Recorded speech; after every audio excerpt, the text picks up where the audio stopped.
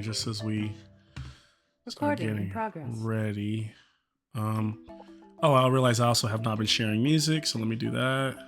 Music in progress. Here we go. So now it should be computer sound being shared. Should be low. Remember back when hitting record meant that sometimes Sean would leave. I Remember? It's crazy. That happened again. That's why he's not here. So where we find ourselves is our party, the Coin and Cackle, have kind of connected themselves to a small group of travelers that took them back to the city of Gondora that was cursed, and they decided to, they're gonna try to like lift this curse and free these people and help however they can. And they've done an amazing job so far under the different ways that they've attacked or taken on, infiltrating the cursed city. They've literally lifted most of the curse, so that I think the majority of the town folk or the people are free now and no longer under this soulless, where they like kind of almost acted like these husks or these zombies that are still of the living. The group learn that this curse is due to the curse kind of has befallen really based on the fallout of Anansi when he first tried to ascend to, or Khalid when he tried to ascend to godhood. He inadvertently cursed different corners, different settlements around the region, and from that, similar to how you all went to Soloola and you've seen that, like, it seems like demons or those celestials that we would consider evil spirits have tried to take advantage of these moments in time to take over these settlements or to assert themselves into the material plane. And so, because these people couldn't no longer read, and they were a rich civilization that had texts and scribes and librarians in this great library, one of their great priests or scribes or librarians, Zaman Tashur, basically fell to the spell of finding a book he could read. And that book, that dark magic inside of it, has him believing he can save his people, but by summoning this being that has pretty much through the words assured him that of great aid and also power and all the other things, these your average villain gets swayed by in the moments. And so, unlike that, he normally, instead of having a cult following, since most of the people have been husks, he did have the mechanical clockwork beings that were created to protect the library, called the humanoid. These humanoids. Called the Iron Choir, and he's using, because there's something about the ritual casting that requires sound, he is using them to usher in or bring in this creature, and you all are trying to stop him. You've already, there's kind of the blood moon, the eclipse is happening at this exact moment. You've rushed downstairs, you've rushed into the library, and as you start to take on him, the clockwork guards, the Iron Choir, you also have this guardian of the queen who was a husk for a while, who was eventually, you all were able to free her as well, though freeing her took a lot longer. The guard showed up in this large, like, titan form. This thing he probably was a man, has mutated into this giant thing wearing, that crawls like a beast, like a dog almost on all fours. And the queen came in with using her last power to shut it down, stab it, and then she faded away or died, for all purposes. She just kind of like turned to ash. But the sword is still jammed inside the Titan's back, like coming out of its chest, and you could tell there's still a point of like it was greatly wounded by that.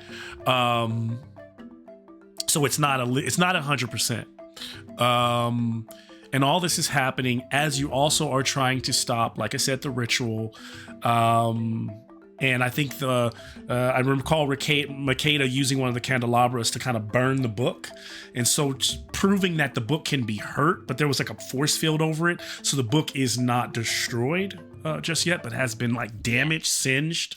Anything else you all want to add to what I've described so far? Let me see. Iron Choir is a badass name. It sucks that they're evil. Well, they weren't. I mean, like they were originally. So hopefully they can be like they're not even necessarily really evil. They're just doing they're doing the master's bidding. They're not sentient beings.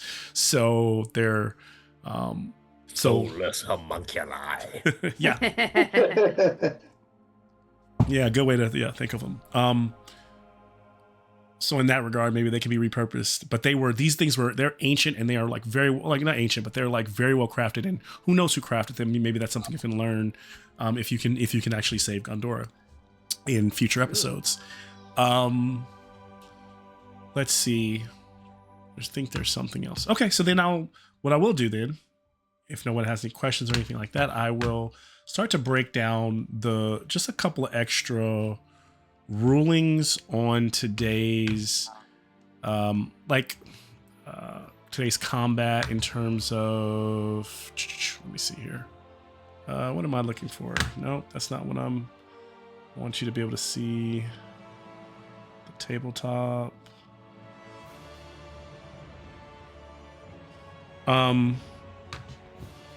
Let's see.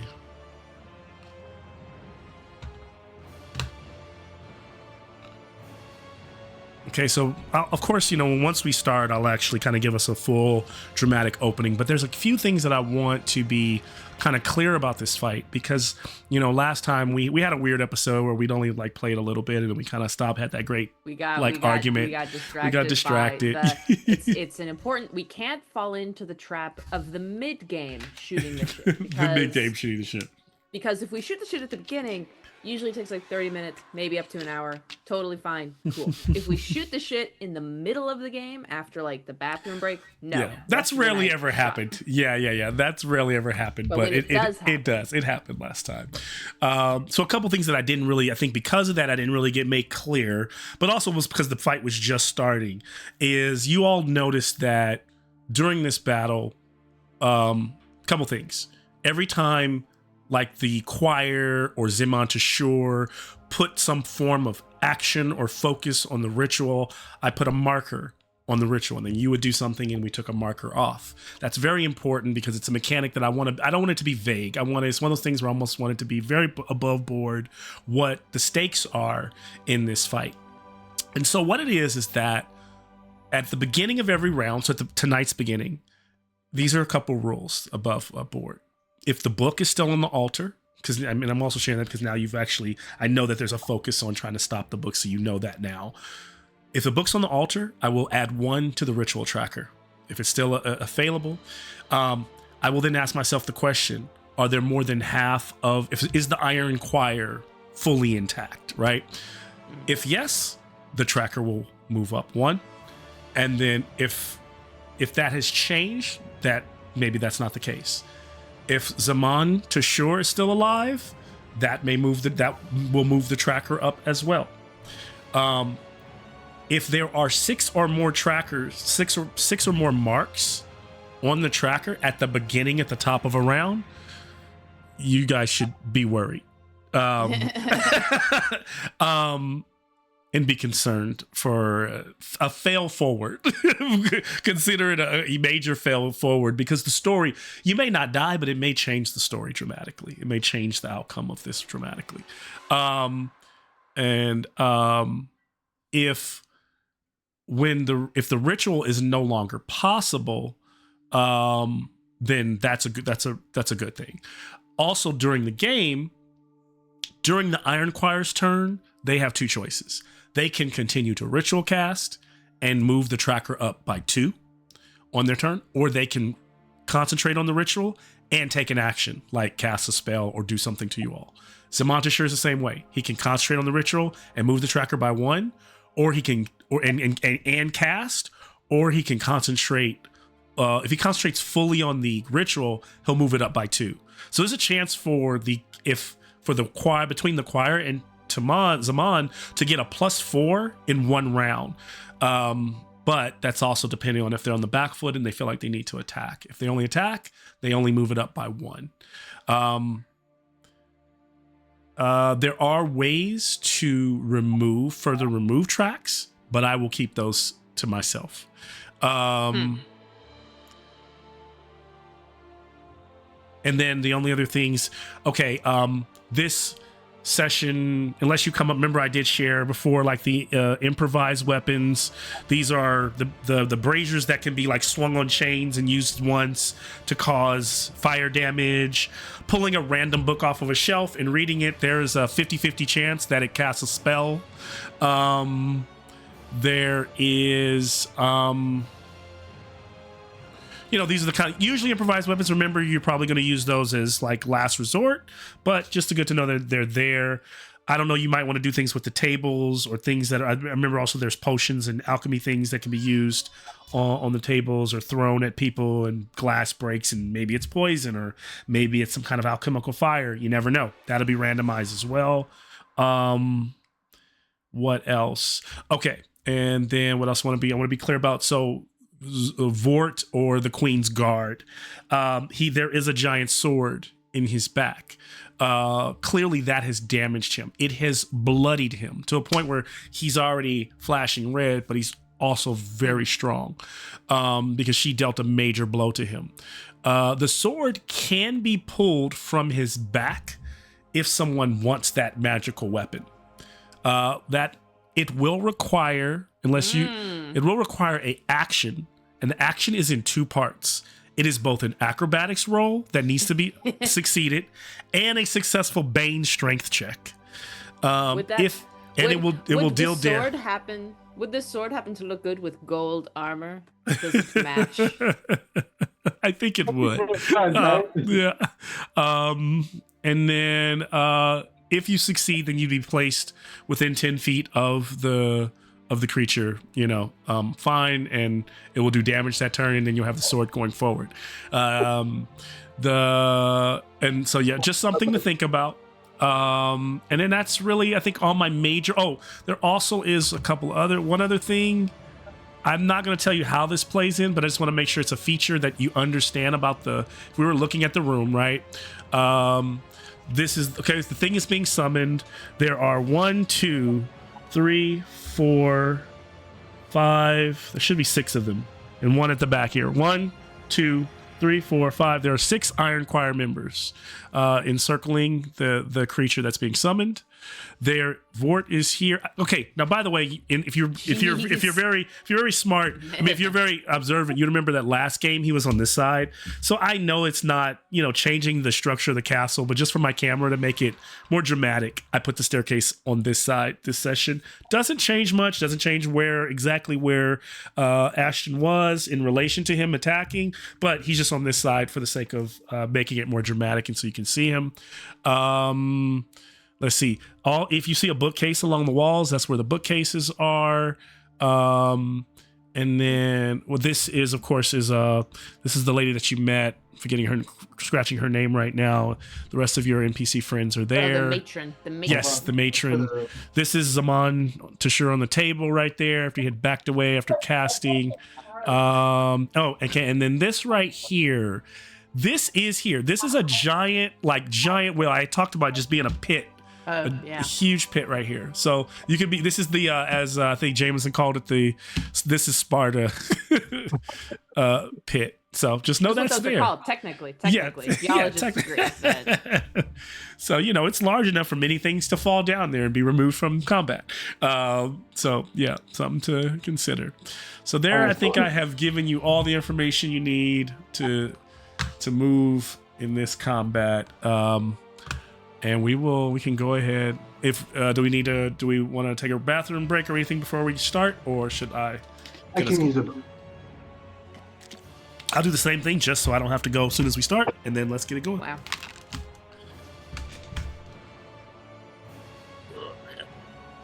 I do not got a lot of willpower left. You and me both. I didn't hear that. I said you and me both. I mean, I got 10. How much does Jumbi have left? I have like 4. I think he has a solid amount. Like, he hasn't been He spell has saved. 4. Oh, He's totally unhurt though. And I also only have 4. But I'm not a magic user anyway, so. yeah. And I can't do a round rest because I already did one. Yeah, we all did. What about, because wasn't our plan like if I skedaddle backwards out of the way, that we can, hold on, let me get a closer look. Yeah, because I had dove in, stabbed the book. If I skedaddle out of the way, does that open up room for like an area of effect thing you could do? I mean, potentially, but the issue is how much willpower does the other guy have to counterspell whatever I try to do? True.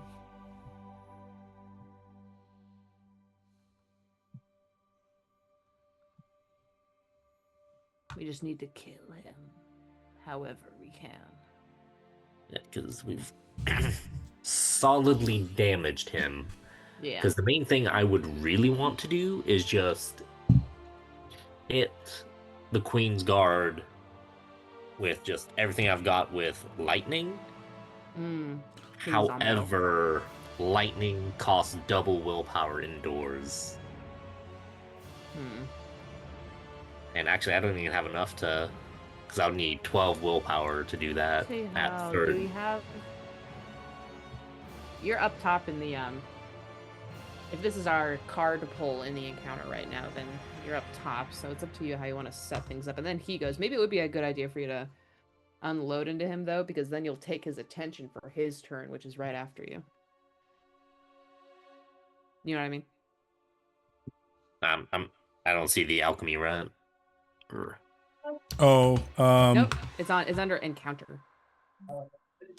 So if you notice, if you can, I know it's really probably hard to see on your screen. Oh, now I see it. But yeah, it's like the Iron Choir, and then followed by you. But the question is, do I need to focus the Queen's Guard, or do I need to focus the spellcaster? That's a decision. Yeah. Tell us, Malcolm. Tell us, what should he do? That is the decision he will need to make. Tell us, or we'll never forgive you, Malcolm. Or I can choose looks like I'm not gonna to cast any spells and save it for defense.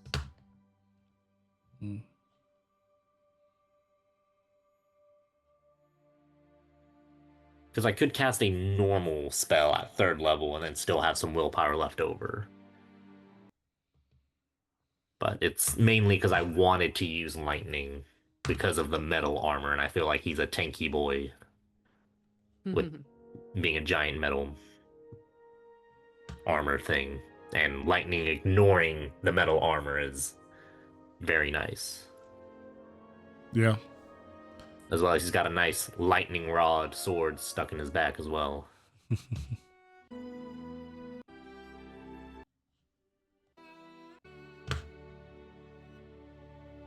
What am I looking for? But based on the whole situation, I think a large AoE is the way to go. Yes. Because I can create a 45-foot sphere of ice. Jesus. Which I'm pretty sure takes up almost that entire ritual area and hits all the Iron Choir, but I don't think it would hit the main guy. Which would give us information if he counterspells it is, does he value himself or the ritual more? Because if he counterspells it when I'm attacking all the choir things, that means he values the ritual more, so that's what we should focus on.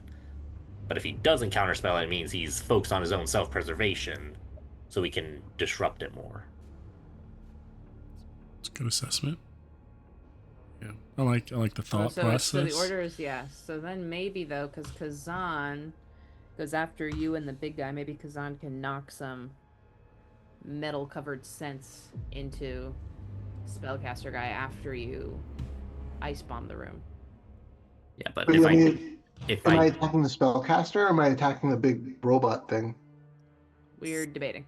Okay. because irregardless, whatever I do, I'm probably getting mowed down by the guard. Run over by an ATV.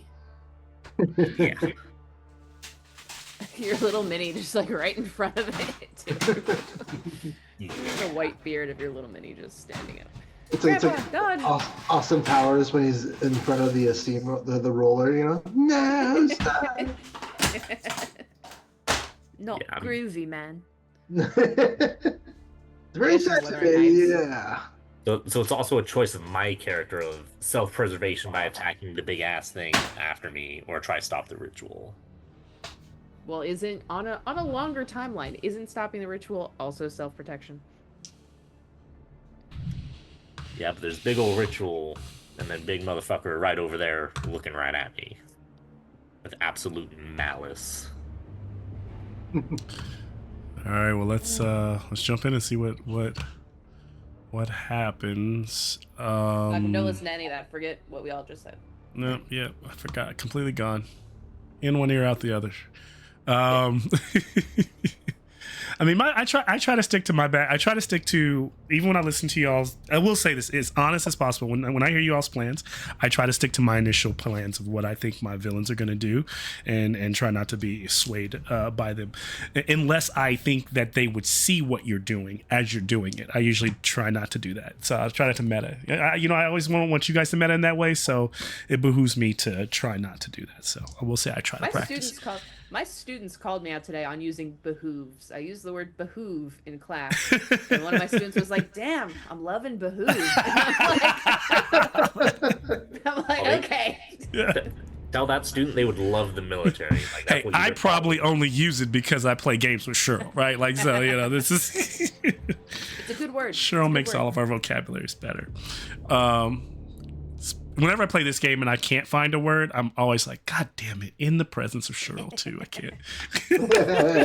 Create so much pressure. You create too much pressure. That's why What? No, pressure free. Pressure free. I bit my tongue for how many years on Brazier? I was upset that you did that. Because I was like, you could have saved me. I felt even worse when you finally called me out on camera and it was recorded. That means that everything I had done before, you had just been sitting there letting me just like flounder in my... It's like, all right, Cheryl, well, you could have sent me a private message on that one. I waited like a year. It was like when Katarina was still playing, when we were still the militia. Yeah. And Shander, me and Katarina were Oh, man. So, okay, let's see. How do I get... Okay. Let me get into dastardly. I want to kill this group. No, I don't. Hey, you love us. I do. But as much as I do love you all, evil will enter the world this night. And you have this twisted mage, the scribe that stands watch Zaman to shore as the ritual, partially guided by the mortal hands. But now that he has gotten the main part of the ritual off, the ancient sigils burning on the ground around the altar, the ritual sustains itself. And those clockwork iron choir who hum the single resonant note, those metallic voices ringing, this perfect harmony that's kind of upholding this spell. And then Around them, you've got those other brass-like guards that are rushing into battle to protect them, to stop you all, to try to control the space, this kind of strange chess game of you all trying to get into and interfere with this spell. They are standing vigilant and kind of pushing back with their shields. One of them has already fallen at the hands of the matron. But evil could enter this world tonight. And across the stone floor, the cursed Queen's Guard kind of huffs and grunts forward like more beast than man. Ashton, that chilling dog-like breath behind him as he turns. This thing lumbers forward, this huge titan of muscle, malice, and metal. Kind of carrying the stench of blood with it with every thunderous step. And so the air is growing cold too around the altar that trembles as this green light the altar is bathed in this green light, this cylindrical energy, and beyond it, some kind of being standing there, reaching forward, humanoid being, clawed hands, wanting to enter the world. Evil will enter the world tonight. Unless it's stopped. Unless 4 unlikely souls rise to defy it. A bookworm clutching a knife with more courage than skill. A necromancer who dares to question the very power he commands. Not here. An artisan who meets every obstacle as a nail to be driven beneath his hammer. Oh, yeah. And an old mage, a bit reckless for his age, but brilliant Grandpa. as perilous wildfire. And so let us remember that heroes sung by the great griots, their legends carried across, whether it be parchment or around bonfires, all began as something small, uncertain and unproven. And so tonight, beneath this eclipsed blood moon, this company will either fall into forgotten, into ruin, or tonight serves as a moment where they take their first step into a long road to become legend. Thus says Khalid Anansi Anu, God of Stories. And so, This guy spying on me. let us begin. As we kick off the round, it is the Iron Choir members. And so, top of the round, is the book still there? Yes. Are the Iron Choir there and doing well? Yes. Is Tashur there? Yes. So we have 3 markers on the ritual that I will place in the form of a dice. There, a die. At a 3. And then our Iron Choir will begin. Do they upcast, or do they try to cast against the party? Maybe they reconsider their actions. I think we're pretty cute. I think they're willing to hesitate.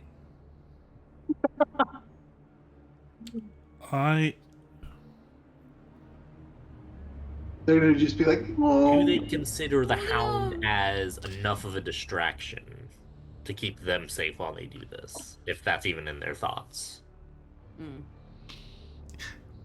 And I think they are constructs. They operate. So their action is Zaman's action. So it's the thought of the spellcaster that drives this. And so I have to consider that. He's just seen the dog enter. He doesn't really know. He knows that some of you are really good with your weaponry and the way you're fighting and the way you're attacking. I don't think he's.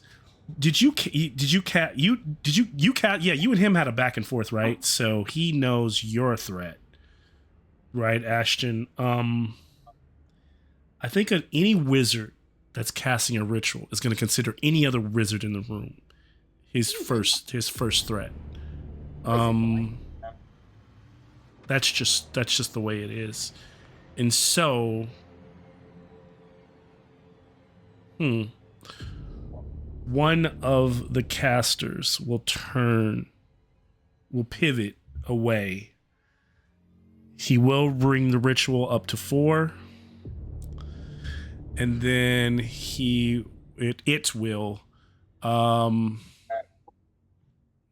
go for a, and I know I put that, where did I put it here? Somewhere. Lightning flash. Oh, it's probably in my alchemy. So under the Iron Choir, I will try to perform.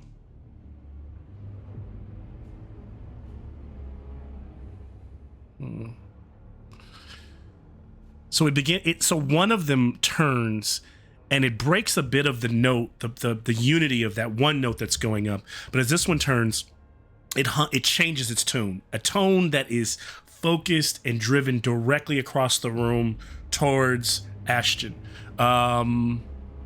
What is my? It is a spell. I will have to roll against my. It's a 14 that I need to, for his harmonism is 14. Making my roll. Just beats it. Now here is the thing. I believe this is, let me check one more time. I believe what he's doing here is an opposed roll. I'll just read it out so I'm not being cryptic anymore. It is a paralyze. It's rank 2. It's a melody. You hypnotize the other person with a music casting spell requires an opposed roll against the target's willpower. I am going to cast this at... I'm going to cast it normally so that it's just a straight roll. That's why I didn't roll with advantage. So it's a 14, and so you just basically, you need to not only succeed, but hit 14 with your 14 or lower, actually, with your willpower. Actually, I don't know what a opposed roll, who does it go to? Who do you side with when it's a match?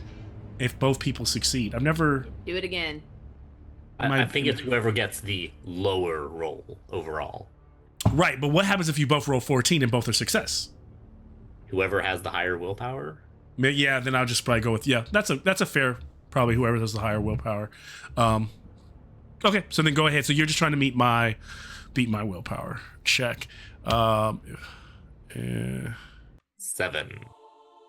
All right, 7. So that is much lower. And so Grandpa is just like immediately like la la la la la like shows his hands and ears and pushes that magic back. No go. So that was a waste. That was actually a lose for them because they could have been at 5 and been very close to ending this by next round if they could keep that. So you all know. So and here's another thing about that. In terms of action economy, that is they've all taken a turn. So because they all can't. So one of them acted towards you in malice, and the others kept ritual casting. So Iron Choir have gone. Ashton, you are up. Well, based on all the evidence and how high that ritual is getting, I'm doing the 45-foot radius ice sphere. So. Okay, and where are you trying to place that? Let me go tell if you need to help me understand. In the room where... I'm trying to get as many as the Iron Choir plus the book. Okay, it's a 45 foot, so that 5, 10, 15, 20, it's 45 sphere? Yes. And is, so... 45 diameter sphere? I guess it's a... So, that's huge. They can do that? So with Frost, when you upcast it, it just increases the size, not the damage. Gotcha. So that's like literally, if that's, because if it's 40, if it's 5, 10, 15, 20, 25, 30, 35, we're talking about 1, 2, 3, 4, 5, 6, 7, we're talking about 8 by 8 squares. Then that's... It increases the range by 4 meters. For okay. each level. So yeah, you could, if you look at my hands here, you could get, I imagine, 1, 2, 3, 4, 4, trying to be fair, and the book, and Zaman. You'd get but 4. Also any allies that are there also get it. So if you put, well, I actually think it's a sphere, right? It's a sphere, but 45. But I guess it's a sphere. So if it's a 45 sphere, and I'm trying to put a ball here in the middle of the room, here's what I'll say is a risk.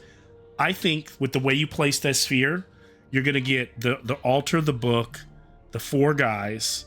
If you want to bring it lower and stretch it, you could probably touch Zaman. But I imagine if you touch Zaman, you also touch the matriarch. Does that make sense? Because he's here, she's here, and then that's gonna put them. She's gonna be the only good person of your team that gets touched in it. So I'll allow you to push it back a little bit, and then you don't have to worry about that. But if you want the big bad in it, then you also got to sacrifice. You got to give a trade-off for the matriarch. Yeah, I Or the won't worry matron. about the Yep. big bad because it's mass disruption of the ritual Yep. versus trying to murk him, as well as my earlier analysis of based on his reaction to it. Okay. So when you say the big bad, you're talking about Zaman, or you're talking about this thing? Zaman. Zaman. Okay. Yep. Okay. So then remind me what I need to, if there's any rolls I need to make. Nope, not until their turn. And then it's just a strength check. If they pass, they get their full turn as normal. If they fail, lose their turn. Okay, so they're automatically caught up in it. Everything freezes around them. The tables frost begins to crawl across as this huge orb goes out. The creature inside that green ichor seems to be protected from this, kind of like just still peering through. As the orb disperses, right, everything, you just see all this ice crawling across, shattering glass, crawling across the floor, reaching around the iron acquires like limbs and feet, kind of as they kind of shrug and look down, being held in place. Good shit. I rolled a 17, which passes barely. Yep. And then I rolled a 6 and a 4, so I'm going to choose 6 health point damage, 4 willpower damage. I have to consider how I could try to cancel that spell, but like I said, I'm gonna let that spell ride. Yep. All right, so it looks like he's more into self-preservation. Then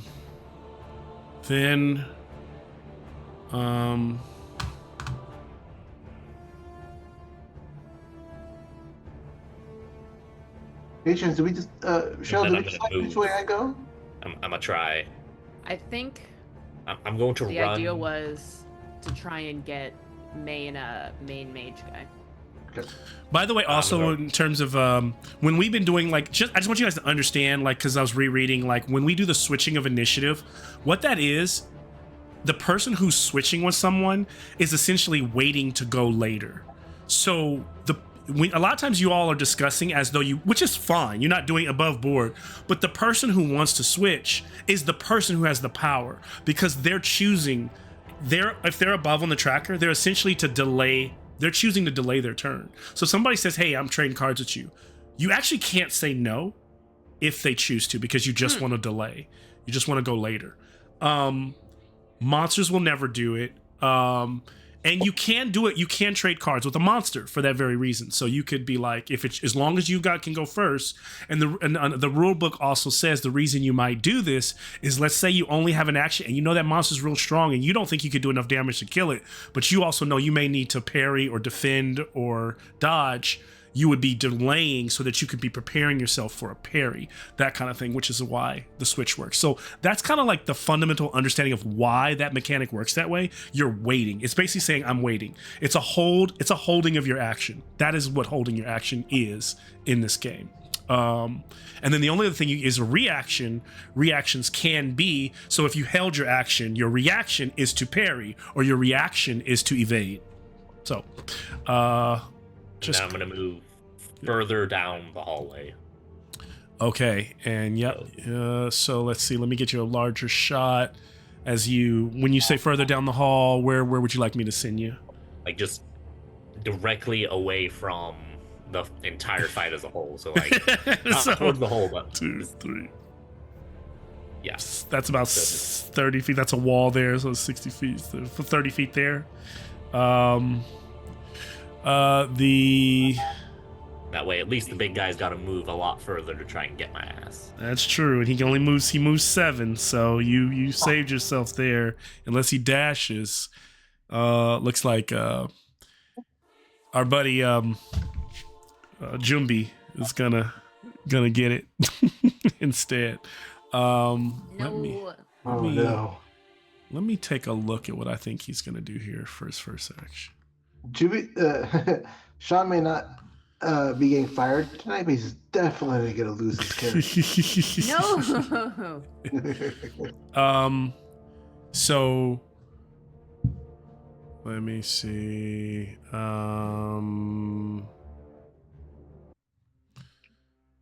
So the beast guard clumbers forward and kind of smashes into the archway that leads into the chamber, because these are literally two separate chambers. So I imagine there's like archway right here, and he almost like even hunching down, his shoulders like clavicle smash into the sides, causing a bit of debris and stuff to fall.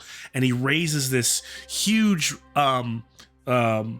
mace-like weapon, bludgeoning weapon, and just begins to wham, wham, wham, hammering down in three separate places. One onto Jumbi, another onto Makeda, and another onto Kazan. These will do D10 damage. You do get your armor, but they do -2 to armor. So if it could negate, it negates like a leather armor or something like that, but it only does D10. I mean, D10 damage is fairly low considering a boss, but it does -2 to the after it hits to your armor, but it's three separate targets, which is why it's kind of lower. But so you can choose to evade it. Let me see if it can be parried. It cannot be. It can be evaded, but not parried. Yeah. I am going to use fast footwork. and I'm going to roll every single one separately, because I think they're three yeah. separate blows. So I'm going to fast footwork. I'm going to evade. Okay. And I'm going to do a cute little backflip out of the way. And Nice. hopefully not die. Can I do defensive when it's my turn? What is defensive? Is that defensive allows you to parry, right? Yeah. You can't parry him because he's a monster. Okay. So Okay. if in all, I see what you're saying, because in all intents and purposes, he has a weapon, he has armor, but he's so large, like you can't, like your little hammer can't actually parry. Your little shield can't actually parry it. It's literally like Dark Souls, where you have to roll out of the way of certain monsters, because their shit is just gonna hit you. If you throw up your shield, it's just gonna like slam you. It's gonna like pummel you, basically. Nice. Yeah. Love it. All right, Success, Makeda? Success. All right, nice. How about Kazan? Are you doing anything, or are you going to take this? And then I need somebody to make a judgment call because Jumbi is not flittered. I mean, if Sean... Jumbi's like full health, so he can take it. Okay, so we'll roll 1d10 for Jumbi. Let's see what it is. Jumbi first. 8 points of bludgeoning damage. And then for Kazan, 7 points. Now you still get your armor, you just -2 to whatever your armor is for that. Okay. -4. All right. All right, that's the first ferocity. So he's done. He moved up. Boom, boom, boom. Now, and that's the trade-off. Our wizard, that would have been our wizard. It would have just been one attack, but he got the 3s on the group. And now we move to Kazan. So Kazan, how do you respond to this? So if trying to give you a good field of vision here, Kazan, and to consider where you're right here. One enemy's here. The wizard is here because he's also within striking distance. You've got one of the clockwork guards, 2 of the clockwork guards. You've also got your dwarf friend who's fighting them. The skeleton, there's one. I thought there was a skeleton alive that had a crossbow.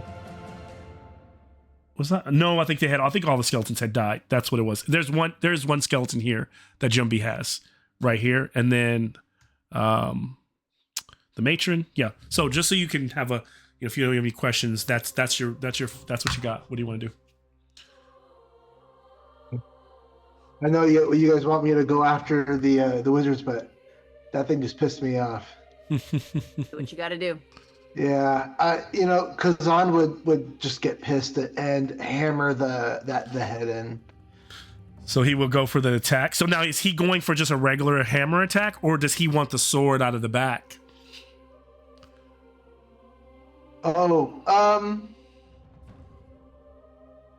man, I might kill him if I pull that thing out. Yeah, I'm gonna go for the sword. Yeah. What do we gotta do for the? All right. To go This uses your action. It's a Okay. regular acrobatics check, so no boon or bane to it, unless somebody can give you a boon or bane. So regular acrobatics, and then if you succeed that, you have to get both. They both have to succeed. So you're looking at 2 rolls instead of 1. You got to get acrobatics, and then you got to follow it up with a bane strength check. If you get that, you have the sword. And it while you won't attack this turn with the weapon, pulling it out will do damage. So you'll get to roll the sword damage as it comes out. So Let's do it. All right, let's do it. Pass on that's the a 3. acrobatics. That's a pass. So yeah, it climbs up there. Okay, and then strength. All right, now it's a bane strength. You got it.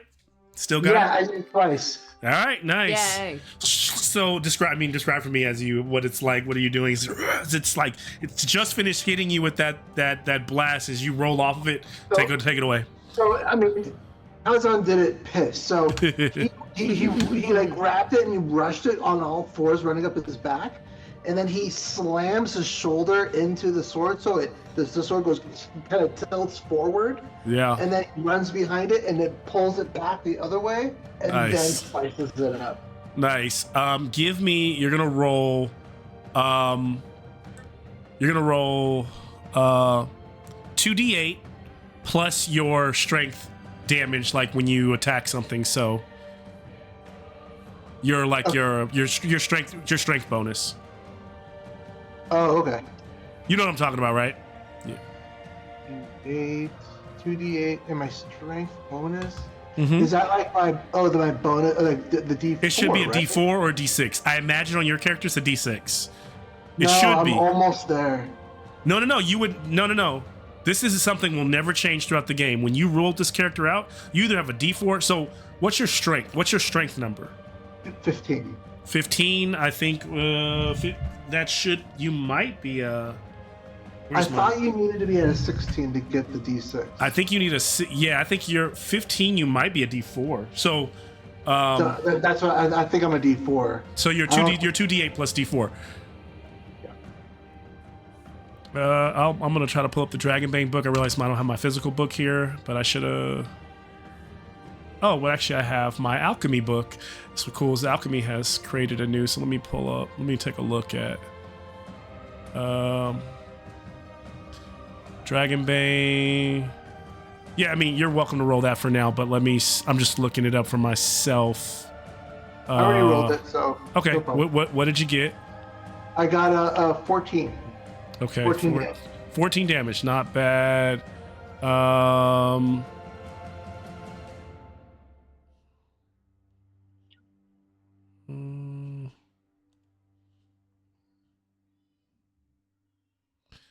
All right, I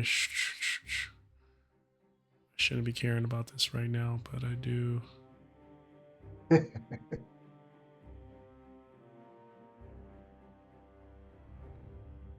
Attribute. You have to building the character, right? Where's my book at? Here it is. What's it called? A bonus, damage bonus. So, yeah, you have to be 17 plus to get a D6. So Yeah. you would have been six. Yeah, so you're a D4. You're a D4. D4. All right, so Cool, I'm cool. at 14 damage. 14 damage. All right, I'll take it. One. Let me. All right, 14 damage it is taken. As the blade comes out, the creature like rises up and tosses you off of it. Can you roll? This is randomized based on what direction he throws you. So, we'll stick with like low is good. It's Dragonbane. So a 1 and 2 will throw you this way. 1, 2, 3, 4, 5, 6. No, so I could go 1, 2, 3, 4. 1, 2, 3, 4. Yeah, 1, 2 will land you over here. 3, 4, 5, and then a 6 will land you. So there's 5 and 6 will land you in the rear of the creature, which you where you probably don't want to be. The others will land you on the side, and the 1 and 2 will land you where, like, behind where Makeda is. So he's gonna throw you 10 feet, and you're gonna land on your feet. So A D6. D6. An alchemy, been good to me. Oh my god! That's a 6. Oh, so he's behind. So he's over here. So you're standing on the precipice of the great void. Oh no! All right. Hey, I die. the I'm dice gonna die must with complicate the sweet sword in my combat hand. for us. That's where you're at. But amazing blow. I mean, I think, and I will say, like I said, remember, this thing started bloodied, and you just did 14 damage as you pulled it out. It's kind of like blood kind of pouring out of it. And this isn't like, it's like red, it's like crimson blood pouring out. This thing, whatever's inside is human, right? Was human. And as you're standing there, we move to Kazan is gone. The Clockwork Guardian is going to strike, and he's just going to stick the course, and both of them are going to attack our dwarven friend. Let's see. I'm going to take control of them and attack. Where's my skills for swords? So, sword swing 1. That is a success. Sword swing 2. Success. They will do long sword damage once. Oh, He's got armor on, right? he does. He has. He should have He should have chainmail. Let's see what he's got. So that first roll was 11. He also. Okay, let's. Who I don't know. One of you all need to control him, but let's see what Dakarai has. Let's see. His abilities. He has massive blow. Okay, just massive blow. So he doesn't have like defensive or anything like that. He could parry it. He could parry one of these if he wants to lose his turn, if you want to keep him alive. He has 16 hit points. He hasn't been hit. This is his first time being hit. And his armor, his equipment is... Come on, why are you being weird? He has 16 hit points, you say? 16, yeah. Okay. I mean, he's getting hit twice. Yeah. Probably can't kill him, right? Yeah, he's gonna negate at least. What's funny is he should have at least chainmail. Yeah, he's not wearing a helmet, so he's a chainmail. So he's 4. I don't know why it's not here. Let me add it, but he should have chainmail, so he should at least be 4. Okay. So 4 armor. So that 11 would be what, 5 damage. And then I haven't rolled the second damage. So you want me to take that first one, or let's take them. I okay? think we'll want the action economy. Okay, so he takes 5 points on the first one. Do you want to? Let's see. Let me play him and track that. So he's going to take 5. 1, 2, 3, 4, 5. All right. So I have him down. Now I'm going to roll the next damage. I gotta alchemy. Gotta go back. Change. Play the new person. Go back to their longsword damage. Roll again. Try to get faster at alchemy. 9 on that second attack. He can either negate some of that, or he could try to. So if he Is that 9 before his armor? that's 9 before his armor. So he would take 5, another 5. Okay. If he. Sure. Okay, so then he'll do Save it. All right, so he's gonna take that damage, right? Yeah. Okay, Dakarai takes another 5, which puts him at, where is he at? Play. Puts him at. All right, this puts him at 6 hit points left. Okay. All right. That leaves our clockwork guys are done. The matron guard, she's up right now. Let me get the camera correct so on you all, so you can kind of see what's going on.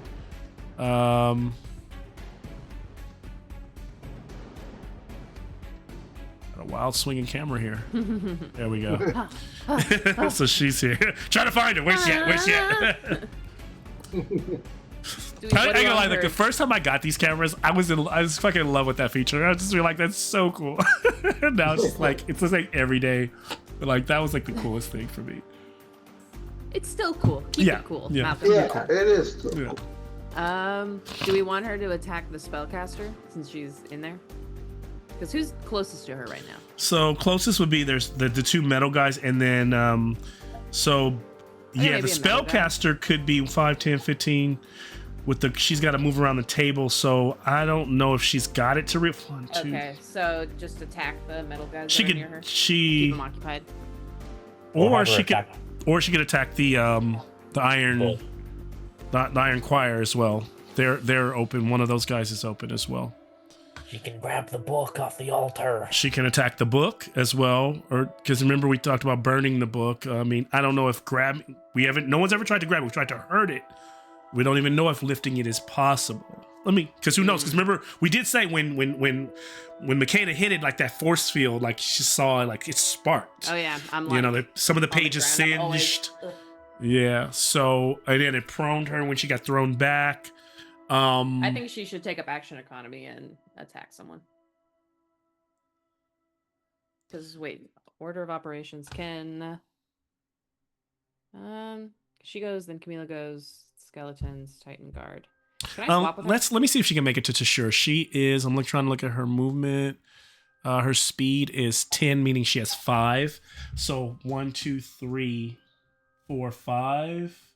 She is 5. She is 5 feet away from being able to strike him, unless her weapon. And yeah, she doesn't have if she had a long weapon, like a spear, she could stab him like a long spear. So she's just out of 5 feet range of getting to him. She can get to either both of these. I mean, this guy she can get to. She can get to the Titan. She can get to any of the 2 earlier choir members. So those are her options. Do the metal guys also contribute to the ritual number going up? Absolutely, and that's the thing is because the number of metal guys. To think of it this way, a choir. The more voices, the better. So cutting those voices down would be a good thing to stopping that bonus. Let's attack the choir. Okay. Hate this music. Turn it off. Not my jam, right? Cancel it. Old lady, she's like, back in my day. All right, so she's the closest one is the one I just put her close to, so I'll push in. She's like right there. He's right here. This is the one that turned around and tried to paralyze our boy. Right, and the problem is she can't use massive blow because she doesn't have a 2-handed melee weapon. She has her shield. She can drop the 2. Oh yeah, she needs a 2-handed. Oh, the mace is not a 2-handed. All right, she'll just attack. You know, I feel kind of bad because I gave her. Oh, hold on, it's an Emmy. Come in. Emmy's coming to say her goodnight. I'm coming. Emmy, he's killing us. Emmy, say goodnight. Emmy, help! He's killing us. You want to give everybody one inspiration point? Yeah. Emmy, just grab the big bad and just take him away. Her princess dress, so pretty. She has a bell. She has a tiara. She has a. Who's your other one? Duck. What's that? Ducky. A ducky? Oh, you don't be like them. They like ducks too. We to be don't a like mallard. ducks. Yay. Oh, this ducks. Oh, no, we don't like ducks. We don't like ducks around here. She's gonna be like, Who's this ducky you're talking about? Ducky. Who's the ducky? I don't even know what this ducky is about. What is this ducky about? Ducky. Princesses. All right. You want to say hi? Cheryl's been sending her messages behind your You back. want to say hi? Ducky. Who's the ducky? I don't know what you're talking about. Damn it, Ducky's Dad. so big. Ducky. I know, yeah. Ducky. Emmy, I don't know what you're talking about. Ducky. All right, I think you're just showing out. The children yearn for mallards. Oh my gosh, I know. The children cry out, I'm gonna mallards. have to give them We want mallards. Ducky. There'll be more mallards in season 2 if this one has their way. Yeah. Ducky, ducky. Why are you headbutting me? Like, what's going on? It's so violent today. Kill, child, kill. Yeah, like, I can't, like, she just. Attack. Why are you attacking like this? What are you doing? Ducky, ducky. All right. That's enough. Let me ask you. Can you lower your voice? Can I lower my voice? Because you are. How dare you ask me to lower my voice? No, thank you. No. Pico. All right. Good night. You better go to bed? Yeah? He's like, nah. I'll tell I got everybody double about ducks. K-pop Demon Hunters. You haven't watched K-pop Demon Hunters in a whole week. Man, we were watching it for a K-pop minute Demon there. We were watching it every single day. At least once a day. And then in the car, she's finally come off her. Now she's an alpha buzz. She wants to listen to alpha bug Wicked songs. So she's a show tunes kid. Yeah. All right. I got to get back to killing these folks or hurting them. Hey. Trying to. You want to wish them? You want to wish them some luck? You want to give them a little blessing?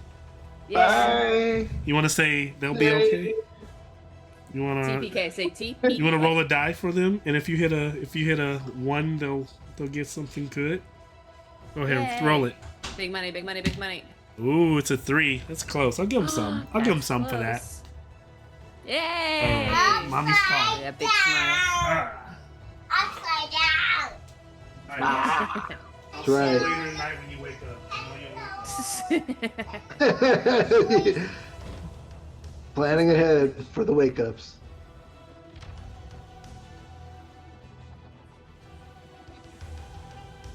It's my voice. You can't get scared of my voice. She's a cute one. Yeah. The children yearn for mallards. The children know there's a lot of stalking mallards these days. All right. So where were we? It used to be 6-7. Now it's ducks. So I'll give her a boon to her attack for Emmy's roll. Yay! Did I roll? Oh yeah. Who's somebody? Yeah, it's Did I roll? and Does she only get you can roll. Does she only get the one attack? She gets one attack. It's and her attack is her skill is with the her D10 plus 4. hammers is a 16, and she'll get a D6 plus the her weapon is a Morning Star, and I think those are pretty devastating. Morning Star is 2d8, so it'll be 2d8 plus 2 plus 1d6 if she hits this. Okay, and it's a 16. Mm-hmm. 16 to hit. Yep. Well, good. First one hit. This sounded like, I don't even know what track this is, but it sounds very Final Fantasy. That little opening. This right here. That sounds like the way Final Fantasy fights start. That little. It was going like this when you were putting Emmy to bed just now. So it was Yeah.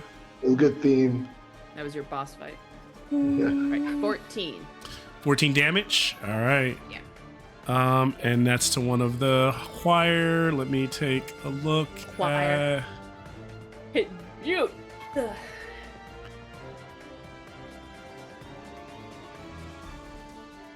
All right.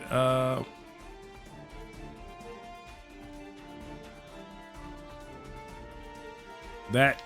So she just kind of like he's and he's like, just because this is all happening within seconds. Within 10 seconds, he's just finished trying to cast that song, that melody against our wizard, and then it's just she smashes him in the face, and his head spins around the other way.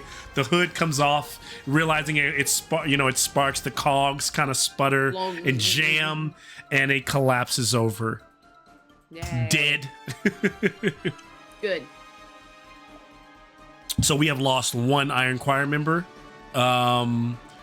This moves us to Camila before the skeleton. She was getting low on willpower. Yeah, I have her at 13 points. Okay, I don't know why I have her willpower so high, but I have her max, which that's interesting. But maybe you guys did take a.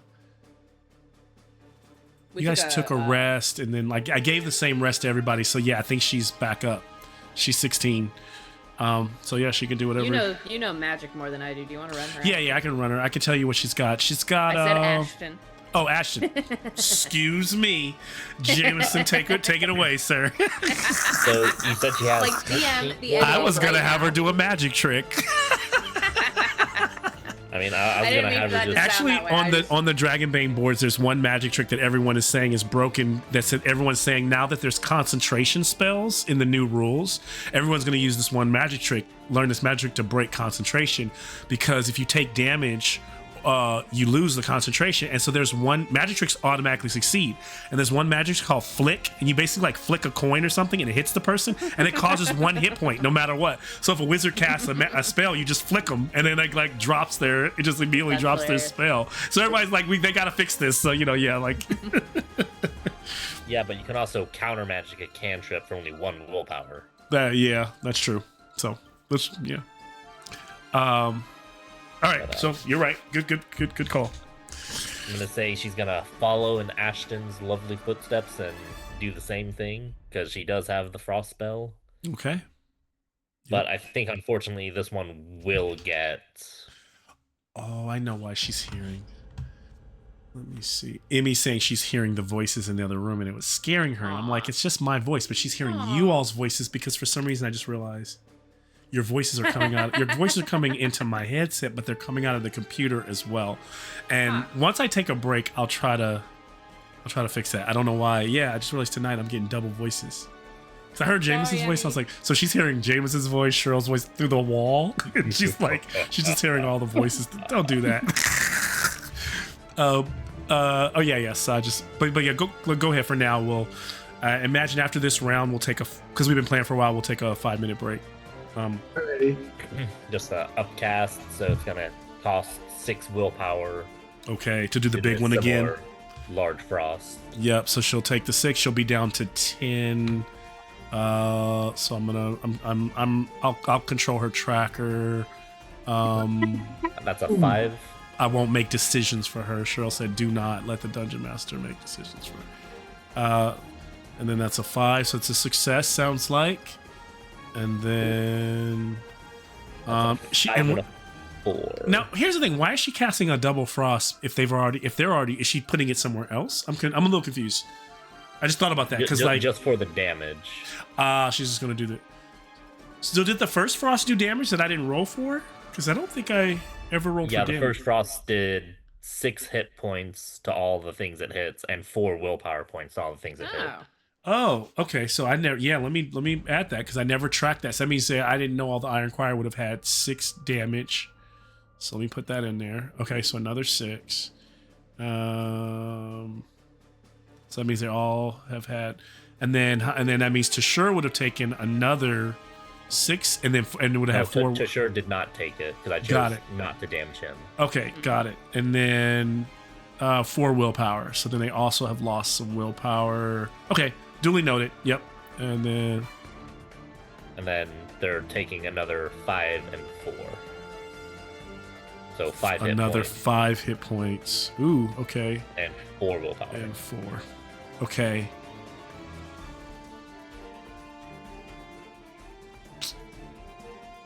Shit. I have to try to counter that. But you know what? Rules is written. That's my fault. I'm supposed to counter before you roll damage, so that I'm gonna force myself to take it. They're all still alive, but fuck, I should have countered that. That was stupid on my part. The initial one, the first one? Not the first one, the one he's doing right now. I'm saying I should counter this, but he's already rolled. You're supposed to counter. I'm supposed to declare before he's rolled. So he's already rolled damage. Okay. Yeah. So, yeah. Plus, we forgot all the strength checks they needed to make before their turn. Oh, that is true. So, I need to go back to that. So they do need to make a strength check. Well, here's the thing. Even though they didn't move, everything that they didn't need a chance. They didn't move, but I need to see if they're free. But they went at the top of the round, so none of them can make a strength check. Tashur hasn't gone, so we haven't done their checks yet because none of them have had a turn yet. Or none of the attacks hit Tashur, or the frost didn't hit Tashur. Frost didn't hit Tashur. Okay, so since the iron went first, they haven't had a chance. They haven't had a turn since So they haven't Gotcha. gone since you've hit them with frost. So we don't even know if they're able to move or anything like that. Oh, now they double can't move. Even though it doesn't stack like that. Right, I don't think it stacks like that, but yeah. And why is my hand up? Let me lower it. Wait, what's let's see. Okay. Well, good shit. So just for the teachers layering on that's good. She's layered on more damage on my Iron then if- Choir. Okay. If she moves, will she take an attack of opportunity?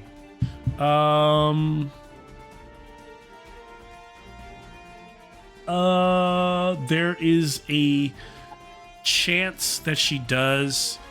Rules is written. Considering in season 2, I'm still rules are out on this. I'm considering possibly not using. What do you all think about opportunity of attack? No, we're not going to get into a conversation. But if we had 60 seconds to share with me, and I'm not going to argue back, do you, in not thinking about Dragonbane, but just opportunity attack, 5e, do you like opportunity of attack? Does it make sense to you? Yeah. Okay. Yeah. Then yeah. After the game, we'll have a conversation about it because there's a huge. A lot of people argue that opportunity attack doesn't make any sense in D&D, not in Dragonbane, in D&D. So a lot of people talk about doing away with opportunity attack altogether. So I will say, rules is written. Yes, she is prone to an opportunity attack if she moves away right now. But if she just hits, the good thing what I do like about Dragonbane is in an opportunity of attack. In D&D, you have to take an opportunity attack. In this game, if your evade is high enough, you just move away, and no harm, no foul. So she could, if she hits her evade, she's cool. And the frost spell was also aimed at the book, because that's where the last one was as well. Yep, at the book. Oh, okay. So the book also took 6 points, another 6 points. Or 6 and 5 for damage, 4 and 4 for willpower, if the book has willpower.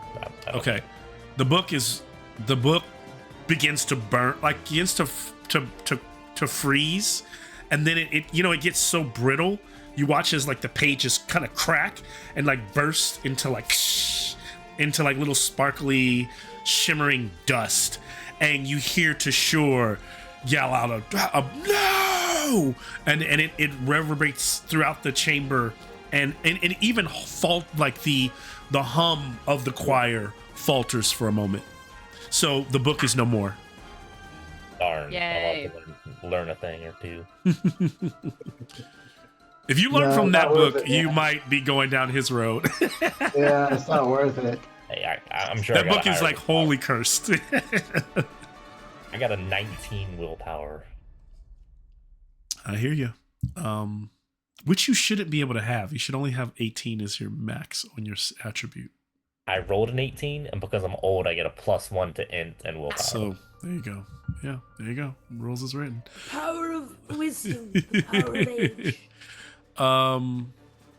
Let's see. All right, well, good shit. The book is gone. So top of the round, they won't get 1 point for that. For the point to all purposes, this round though, we still have 4 points, but have not gotten to 6. So starting next round, we're not at 6. So that if at least where we're at right now, there's no point that the being, unless Tashur could get us to 6 if he's still alive. If. Yeah. Big if. Let's see.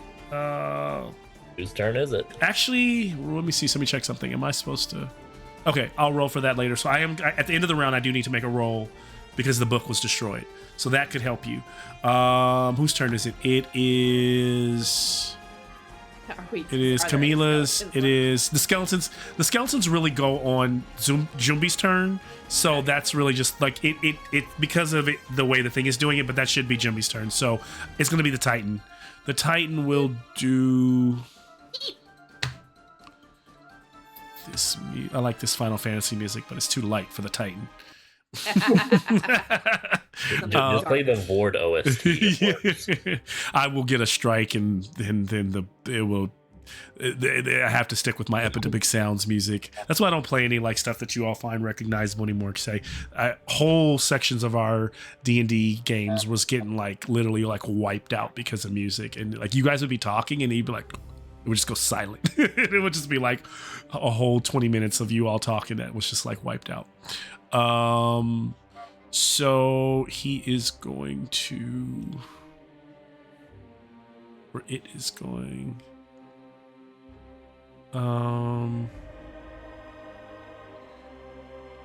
Sorry, trying to find my attacks here. Battering ram. Yeah, that's very Vort of him. So he's going to, I could outright kill, could get Amnon out of here.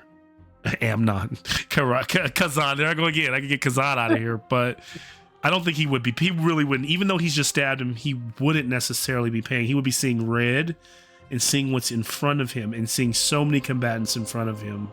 Because he's also not being controlled by the wizard. This is just fewer. So which also means, if he was smarter, I would want him to attack the wizard or Kazan. But in his anger, he would want to power through. And so he is going to move 7 spaces into the center of the room, trampling as Jameson would consider Vort to do, pushing back his enemies. So it's considered battering ram. The Titan plows through opponents in its path up to its move score. Anyone in its way suffers 2d10 bludgeoning damage and is knocked down and becomes dazed. You can evade this, and if you don't, you will be knocked down. And that's essentially everybody that I've moved over. That literally plows through half the field here. If you look who I've knocked. Now, this is a look of the future. I think you're knocked down regardless, but if you do evade, you don't take the damage of 2d10. So that would be Jumbi. What if we already evaded? That would be a skeleton. Well, you fast footworked, right? So that means you still... Did you fast footwork? Yes. If you fast footwork, then you use your willpower there. So you should have used 3 willpower. So you can still do it again. Takurai unfortunately doesn't have that ability. And he hasn't gone yet. So I think he could still evade this and stay alive. Because he's pretty low. Because this could kill him. Yeah. And it will knock over one of the clockwork guards. Might kill one of the guards as well. It'll knock over the tables. It's going to destroy a table or 2. Remove those from the game. So there'll be less shit in the way. So who else does it knock over, or who else does it? Sorry. So everyone affected is Jumbi, what's her face? Camila, Makeda, Jumbi skeleton, Dakurai, and that's it actually. So a bunch of NPCs in Makeda. Hey. I thought, and Jumbi who's not here. Yeah, so 2 of you and 3 NPCs get plowed over. 2d10 could kill me, so I have to evade. 2d10 could be devastating, and it's going to be one roll for everyone for this one. Unlike the 3 separate strikes, this is 2d10 roll. I think Jumbi should also evade. So so then they're both going to evade. Jumbi has to go. So Jumbi, if he doesn't have fast footwork, then this is his action. So it means he's not going to cast this turn, which is fair. I'm going to go ahead and now roll any of the. So I know she doesn't have fast footwork, so I don't think Camila can do this. So I think she's getting hit by it, right? And then I think the skeleton is automatically getting hit by it. I think we have to choose whether Dakurai tries to dodge and not attack this round. I think he should also dodge. Okay. Yep. So 3. I'm going to stand the people up who are going to try to evade. I'm going to knock everybody over who's going to be. I would say Dakurai shouldn't dodge because he's not a very dexterous fellow. So I don't think. But what if he chances dies? of him successfully dodging are very high. Well, Plus, here's he is wearing armor. That's true. This move does not negate your armor. It doesn't take anything away from your armor, but it is 2d10. And he only has 6 hit points left. So right. Yeah. I think we risk it for the biscuit. All right, rolling. And then I 15 bludgeoning damage. So Makeda jumps out of the way. And so does Jumbi. She is prone. Jumbi jumps out of the way. He is prone. Because it doesn't say anything about if you succeed, you don't take the fall over. Also, this is a scary move too because if you don't succeed, you also take dazed. So it also gives you a condition. So you guys you're both good. Now Skeleton's destroyed. I think that puts Camila. Yeah, skeleton's gone. Let's remove it. We have no more, which they did their part. They absorbed their damage. There will be more. There will be poems. 15. Camila has a 1 armor. but she has 13 hit points, and this did 15, so she's down.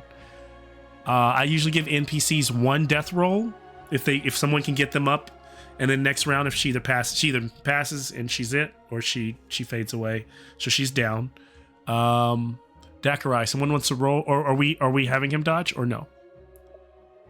I think yeah. He have him dodge since he is going to be his relevant skills are going to be 12. He's not good at evading, is a 6. He's gonna hit 6. I got a 4. God damn it. He does a backflip. I'm not. He does a backflip.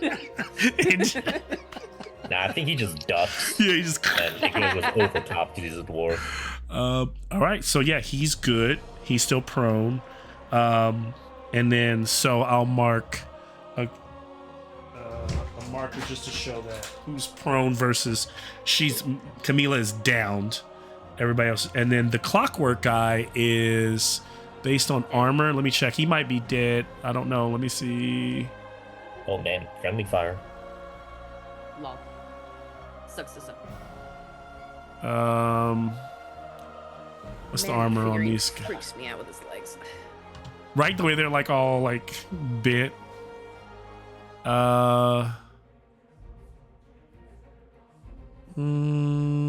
Come on here. What's the armor on these guys?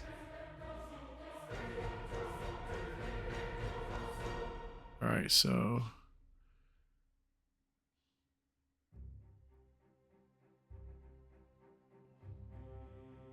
that's 35. Okay, so still alive, but good damage done to him. And prone, so he's knocked over. He's taken took like 11 of that. And we move to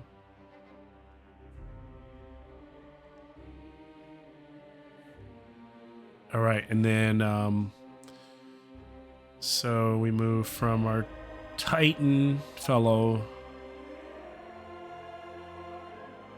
to Zaman, and then Makeda, and then Dakarai, and then Jumbi, and that ends our first turn. So Zaman will. So. Oh shit! I am going to.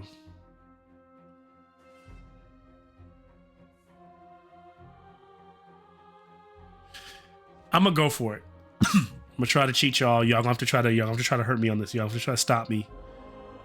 Zaman is going to he's going to cast up to 6. He's hoping that at the beginning of the next round, we're going into the round with 6. If he gets 6 points in this thing that he's summoning, he's praying for, but he's going to run into the library back here, jump off the table, and move his 6 spaces into shadow. It's not far enough to, anyone who really either has range or can close the distance and hurt him, anyone with magical ability can cast a spell at him, maybe can get to him.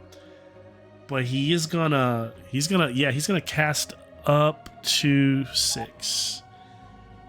And flee. That puts him at the back. So he just Coward.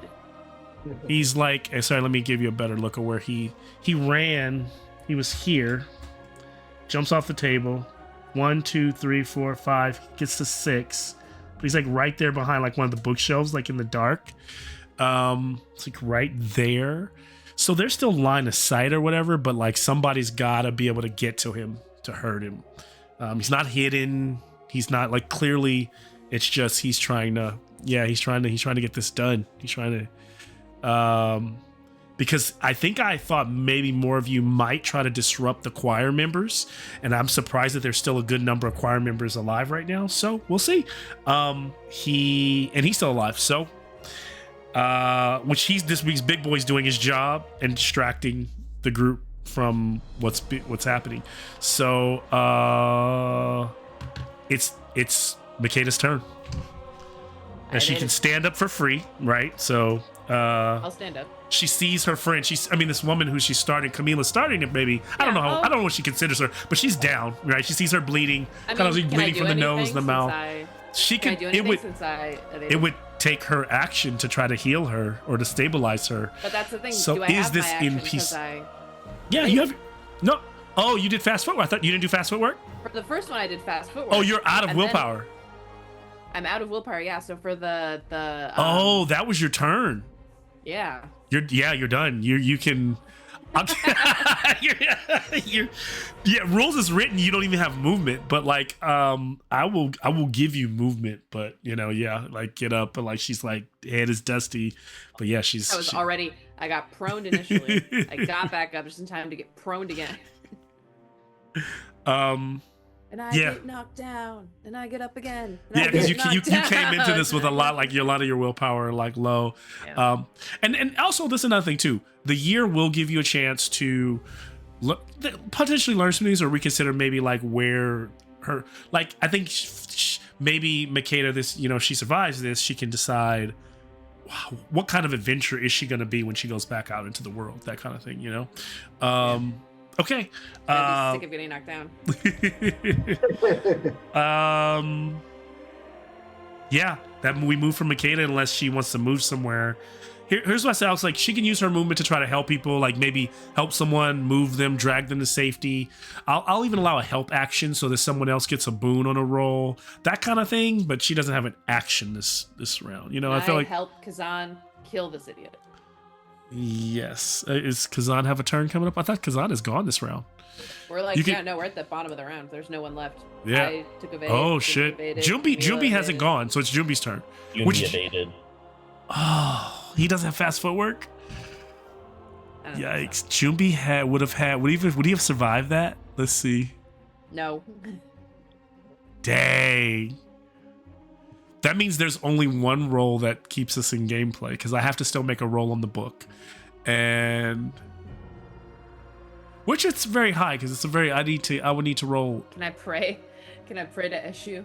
Like, hey, now would be a really great time for you to fuck some shit. Please. I have I have to roll a 6 or under, and if I don't get the 6 or under, then the book is gone. So at the top of the round, the book is no longer going to give a +1. But if I don't roll that, then it disrupted it so much that I lose 1, which means that I start the round at 5 and not 6. 6 would essentially we would end this game. We would end the session in terms of the fighting is gonna end it or whatever's going to happen is going to end. It's going to change the way that things are happening. So the only thing I'll give you, if she wants to pray, when you pray to Eshu, what do you use? You're using languages? Charisma, prayer. Charisma. Prayer ability. And what's the prayer number? Prayer number is... What do you try to hit when you pray? 14. That's too easy. Because considering this is a pivotal moment, I will. Great Eshu, your finger. Okay, here's what I'll allow you to do. I'll allow you to pray against my concentration as an opposed roll at Bane. I get a straight roll. You get a Bane, but you could beat this. So if you could technically. But I guess it doesn't hurt because if I still hit the 6, even if I hit the 6, you could roll lower than the 6 and cancel it out. Does that make sense? So that's where, according to my rules, you can still beat this if it's a good. So I'm rolling. Oh, it's Eshu, a 6. Your hand upon the scale. Oh, Eshu, great words. So you need a 6 or under to beat. Oh, great Eshu. On a Bane. On a Bane or to your prayer ability. Fuck you, Eshu. God damn it, Eshu. I fucking hate you. I rolled a 9 and then a 19. Oh my gosh. Do you want to push? Sure, if I can. Whatever condition you want to give yourself for, and you can push. And you can still make another. It will be another Bane. I am scared. I am scared. You say it would be at Bane again, or? It would be at Bane again. Oh. Let's see. Unless there's something you're willing to trade for a straight roll. What could you give up? What would you give up for a straight roll? What would you give for a straight roll in this moment? Because if I don't beat this, the encounter is over. He gives birth to that thing. He gives birth to the thing, and we have to, and then when we come back from our break, we'll see what that means for the world. Yeah. What am I willing to give up? And remember, when I said at the beginning of the game, it would be a fail forward, meaning that like you guys are. That means you're not going to win this encounter in the way that you'd like to win it. But it may not be like a TPK. It just means that like this just dramatically changes. Okay. It changes the future of Gondora for sure. I am going Eshu, God of Crossroads, Eshu, God of Doorways, Passages, Bridges, places where one space becomes another.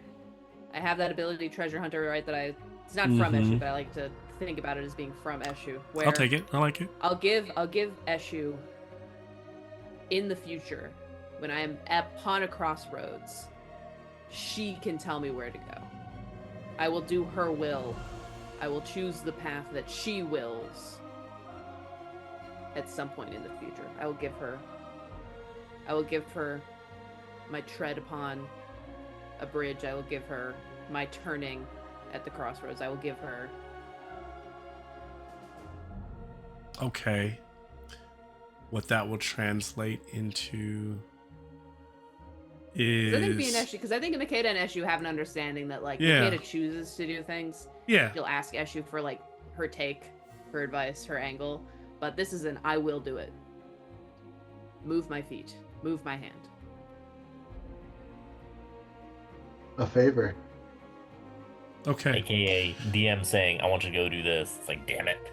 Yeah. For this, she will accept that, and in addition to it, one of your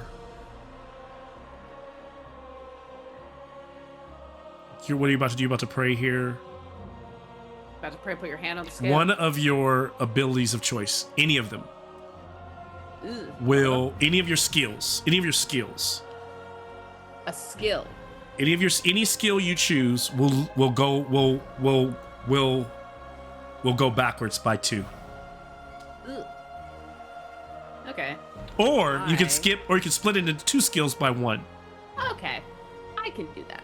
Okay, that's We're good. final offer. That's what we got. Could I like give up 3 and she'll like do something else too? She'll like make it extra influence. Look at you, like. If I give up 3, will she like make it really? You like, give up 4, and intense? you give up 4, and you get a boon. You have 4 and I get a boon on this roll. On this roll. What about if I? What if I give up 4? Makeda bargaining with her god. This is all happening within like 3 seconds. She's like having this like the prayer, and it's like. Okay, I see your 4. I see your boon. I raise you. 4, no boon. Book has to reroll.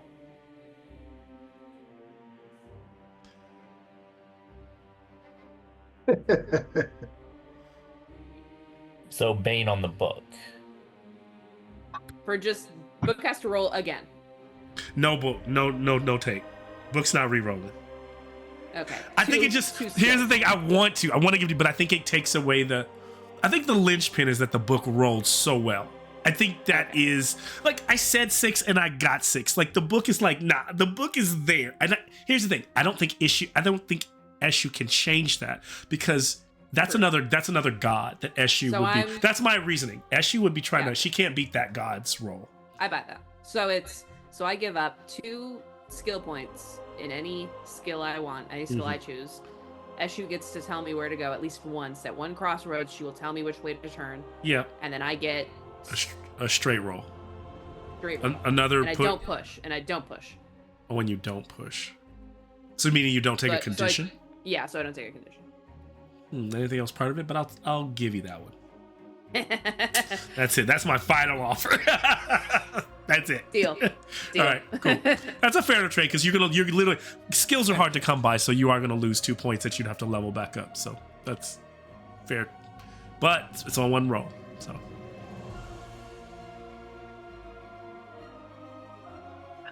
dragon. Ain't no way. I should have made you roll that. I should have made you roll that through alchemy. Take a picture. I'm taking a picture. I should have. I should have made her roll that through. Because this die has been rolling like garbage. My hands damn. are in the air. I have not. I wanted to see the being come into life. All right. Makes one of us. Good stuff. Well, that does it then. That keeps it. That will bring. It will start. They will start the next round at 5 and not at 6. So, at that moment, with her on her knees, like on her knees, you all just like see all the dust, like like the candelabras have been knocked over, the altar's all busted up, the creature is kind of grunting, and everyone just hears this muttering in the silence. Because for a moment, even the choir has halted, and as they've halted, it's quiet. And before they can begin to sing again, everyone hears that whispering, and those who are conscious, even Zaman, looking from the shadows, realizes that Makeda's over there praying. Ashley, Meshu, and spinner, tail weaver. And so we begin a new round in combat in 5 minutes, and we will. Y'all need to handle it. Because all you really did is you just saved us. You just saved us into a new round. If you were tired and ready to go home, then I've done my part. You guys need to kill this guy now.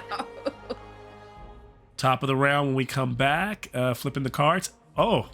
Ashton gets to go first, followed by the Clockwork Guardian, Guards, the Iron Choir, the Titan, then Makeda, then Zaman. Oh man, it's heavily stacked in the bad guy's favor on this next round. Ooh. So at least your wizard gets to get off whatever he's got to get off. So Ashton is going to be really important, whatever you got to go, because the dice, the card gods are trying to tell us that it wants the bad guys to win this. Should you mark? Yeah, you should mark those probably now. And so we have them. Here's the thing. I imagine Eshu would be tickled by this. Yes, Eshu's just having fun with this. Like Eshu doesn't really. I think I see your fun, Eshu, and I raise you. If I choose my skills that are already at 18, that are maxed, the next time I get them to 18, can I pick a heroic ability? Well, you automatically pick a heroic ability, so you would want to get an extra heroic. Oh, because you would be remaxing them and getting a new heroic ability for. I see. I mean, I would have thought you'd have done that anyway. That's probably a way to game the system. So why not? I mean, I already did. I already maxed them previously. Right. But here's the funny thing, because one could argue if I'm going to take away a skill from it, I could go back and do it again. So yeah, that's the thing. It's a double dip. She made you take one away. Because here's the thing, the hard part is you got to roll another 19. Not even 18, because meets and beats it. You got to roll a 19 or more to get them back, which means it could be a lot of sessions before you get those back. But you will get another heroic ability. So yes, I'll allow that. I think that's fair. If I'm having you take one away, I think that's fair. Because that's something for everybody to remember. You need to roll a 19 or to hit your max on a. I thought the max was 18. The max was 18, but remember, there's no meets and beats it when rolling for skill. You probably did a meets and beats it when the first time around. In order to max it, you're at a 17. You have to roll an 18. Oh, sorry. Yes, but now. You're right. I'm tripping. You're right. 17. Yes, you're right. So you can never roll beyond that. So it would be an 18 next time. So you're going down to 17. Okay. It's going to be an 18 next time. Yep, that's correct. Got it. All right. Cool. Yeah, I'm just gonna use the restroom, get some water, and I'm gonna try to fix this little thing that's. Let's see. Actually, can somebody say something? Oh yeah, you can definitely still hear it. All right, I'll have it tested again. Let me see if I can fix this. Testing. So it's not me. No, testing. Mic check. Testing. Yeah, it's only. So it's funny. My mic is not picking. It's just you all that comes through. So let me figure out why that is. Okay, let me try something.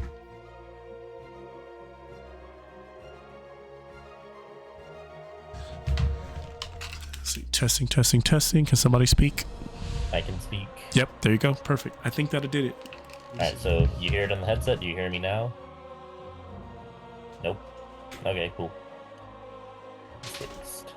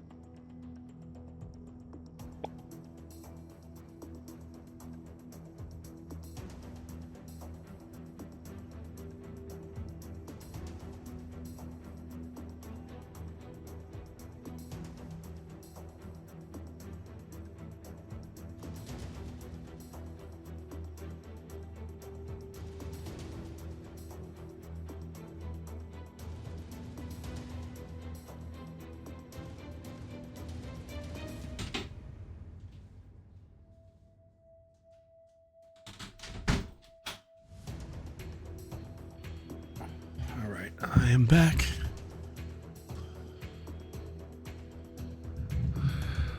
So we're doing good on time. We should be done by 10. That's what it looks like. Okay. Yep. Because I imagine this round. We only got next we only got another round. I think this round is going to make or break either way. However it goes. Yeah, but it's kind of tense right now. Yeah, so we got to 5 last round. Based on the cooldown mechanic, at the start of each round, the powers that be on the ritual would cool down. If they didn't make it, if they didn't summon the god, then it's going to cut that number in half. So that number's 5, cuts in half, round it down.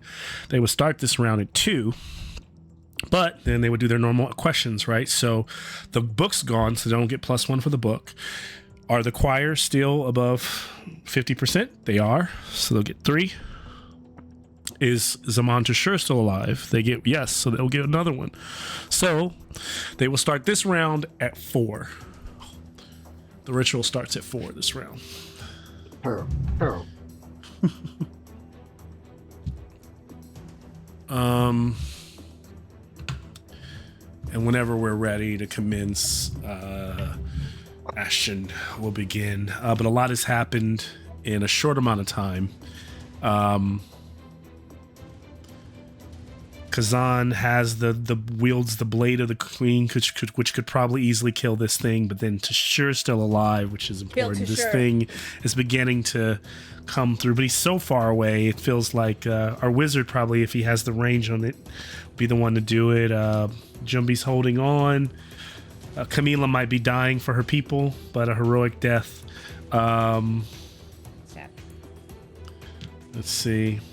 Yeah, that's where we're at right now.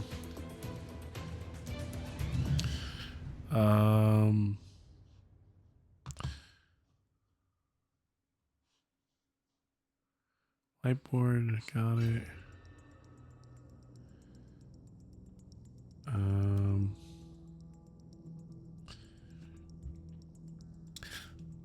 I will say the safest thing Ashton did at the beginning was to back up. It was to run to that wall. Definitely got a whole lot of hit points. So. Definitely saved him on that. But I will. If it's my go, I will round the corner. Fine. Try. I will use the last of my willpower to upcast a firebolt right at Tashawn. Get him. All right. Shit. That'll be 3 to hit. I gotta remember what upcasting a firebolt does. Or a fireball. I'm gonna do something a little different here because part of me, I'm torn. Part of me feels I should go ahead. I would be using a shit ton of I'd be using very close to the willpower that I don't want to use, right, to keep myself alive. I do think it's important to sure knows that self-preservation or not, staying in the ritual is really important. I don't want to cheat. I feel like it's kind of cheap to just dump willpower at this. This is one of those moments where I feel a little cheap if I just dump willpower at it. So I almost feel like I want to break my own rules to give you the leg up, but to also give myself a fight. So I'd like to make it. He's going to dump the willpower to do a magic shield, but essentially I'm willing to just make it an opposed roll so that if you beat my roll, it doesn't matter. His shield. And the way I would make that work is because I basically think he's trying to cast shield, and his shield would be such a high thing to try to do while still concentrating on the ritual. That maybe that's what throws things off. So I'm still going to use the 6. You're going to use your 6. But if you can beat my roll, then it counts. I won't rules. I'll just crumple it up and he'll get hit. Are we rolling a D6 or D20? D20, because you still have to roll to hit, right? You still have to roll to make the spell work. I still have to roll to make my spell magic shield work. But if normally as rules is written, I would just need to make my success. This time I need to beat yours. So is what I'm saying. You would also have to match the willpower ice. Yes, and that's what I'm saying. And I am using I'm low on willpower, so I'm using that. But I just feel like it's anticlimactic to just cancel you out. I know you're at such low willpower too.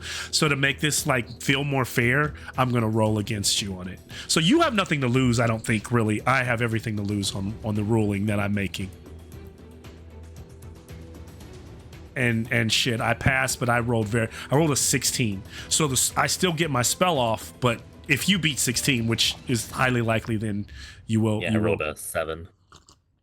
Well, there you go. So yeah, I wanted to give it the dice gods. The dice gods say you have it.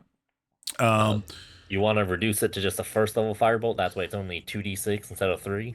I'll take that. He still might die, but yeah, I'll take that. Yay, kill him. I'll take that concession. And that'll be 9 damage. 9. Actually, it won't, but 9 is so 9. Boo. Boo.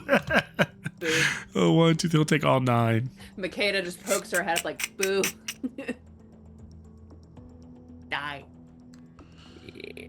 I mean, it's a good hit, but he's a pretty strong wizard, probably similar in hit points to probably a little bit more than this group. So he's got a little bit of plot armor on himself, but that, I mean, you see like he's to the point where through the darkness some of his like clothes went up in flames. He had to like take off part of his garment and like throw it and like pat it out. Ooh. He's like cursing.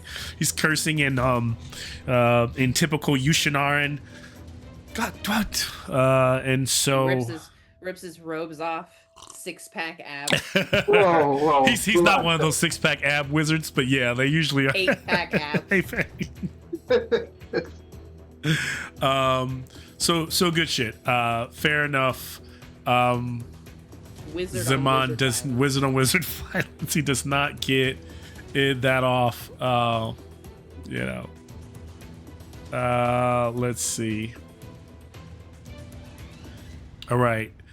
He is still alive though, which means that if he does get to his turn, then he can still, ritual. He can get more on that ritual. He can get that cast up to 6 if he needed to. But Ashen has done his part. Is he moved? He's already moved. I'm gonna move to Clockwork Guy, who stands up, who's all pretty much broken, bloody. They are going to.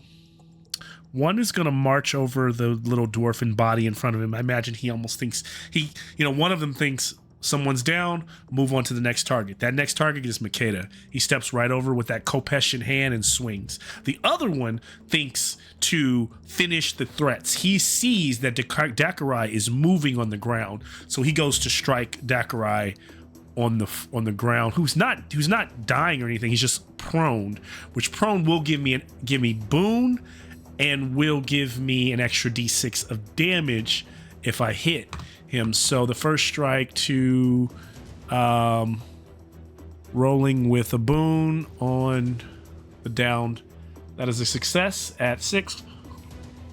And this is no, not for you. This is for our buddy on the ground. And then 11 points of damage plus Dakarai is dead. Plus only 12. So he is down. He's dead. His armor with 11, that'll be 12 minus 4. He's still. Let me see. What did he have left? 9. So 9. Oh no. So maybe. I don't know if that was true. I don't know. Where's he at? I'm looking for. I remember he had 6 left. That's what I thought. So he's got. Play him. He's at 6. So if I, what is it? 10. 4 would be 6. He's 7 points. That's still, it's enough to down him. So he would just go down. But so, he's down like Camila. Yeah. No. And after that strike, now this is the strike coming for Makeda. I want to go somewhere else, but it only, like, I would rather walk over you and attack. These are the things where, like, with strategy, Malcolm says, go around Makeda and hit the wizard, right? But, like, mindless bot in me says it attacks thing that's in front. And thing is in front just happens to be Makeda. Like, Yeah, you're not who I really want here. So I'll Wow. that's why I try to give that strategy too, why you would want to keep your wizard in the back. So yeah, I'm gonna do that. I'm gonna strike. He's gonna strike at Makeda. It's the first. He's swinging at the first person. How bad are their Had strikes? she been prone, I would have walked over her, but she's already stood back up. So Should I evade? they are long. They're gonna do 2d8 plus d6. I should evade. Yeah, probably. If I hit this. I roll out of the way. Well, I let roll out of the me see if I haven't rolled to attack yet.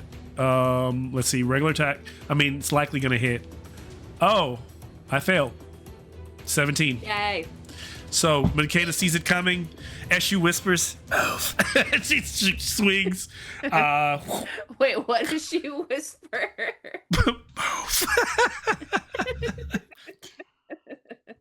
Move. Like, you know when you hear somebody in your ear, so you don't even see the blade, but you hear the whisper and you move reactively, and then you just see this thing just kind of cut off some of your hair, just a tuft of your hair. My bane. Well, so yeah, you're good. You don't have to use your action. He failed. This moves us to Iron Choir, who, you know what? They are gonna go for the gusto. They're gonna just keep casting. So we're at 6, unless so. What can help you drop this is cutting the Iron Choir below 50%, and keeping Tashur, hopefully killing Tashur. But yeah, the Iron Choir, they just begin to sing again. The chorus gets strong here. How many do we have left of them? There are 5 of them. Only 1 has been killed, but they've all been hurt. So like any damage will probably kill another one. They're so low, but they So we just need to have. kill It's 2 been to it's get been both- to get the evenly. half. Yeah, so it's been there's been a lot of even distributed damage, but not like enough to like take them out. So that's how you gotta think about it. You need some onesie twosies here. Titan Guard is going to attack. He is going to focus on, as he's turning. His targets are the matron in front of him, so he is going to attack there. And oh no, she doesn't have a shield, but normally she could parry a monster. She normally could, yeah. And normally she and like if she survives this, she would be a good NPC, you know. Because but when you found her, she was half husk, so who knows? She's probably lost her shield, she's lost her big massive weapon, all the things that make her useful. You know, she doesn't have right now. He is going to out of the way. Strong hands. The Titan pushes opponent away. Meters in that thing's playing damage is prone. So he is going to.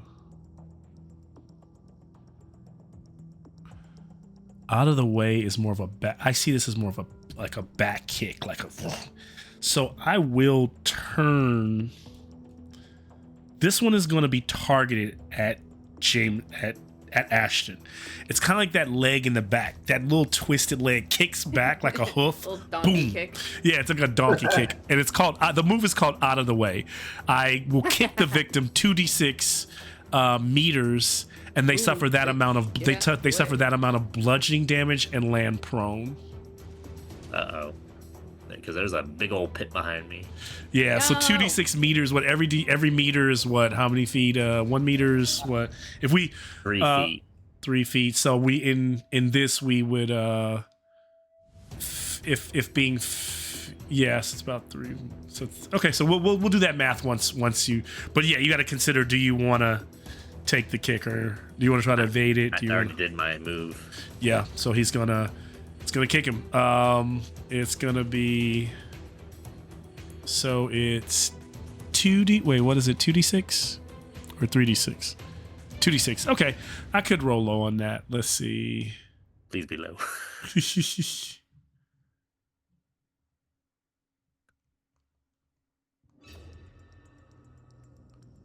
2d6.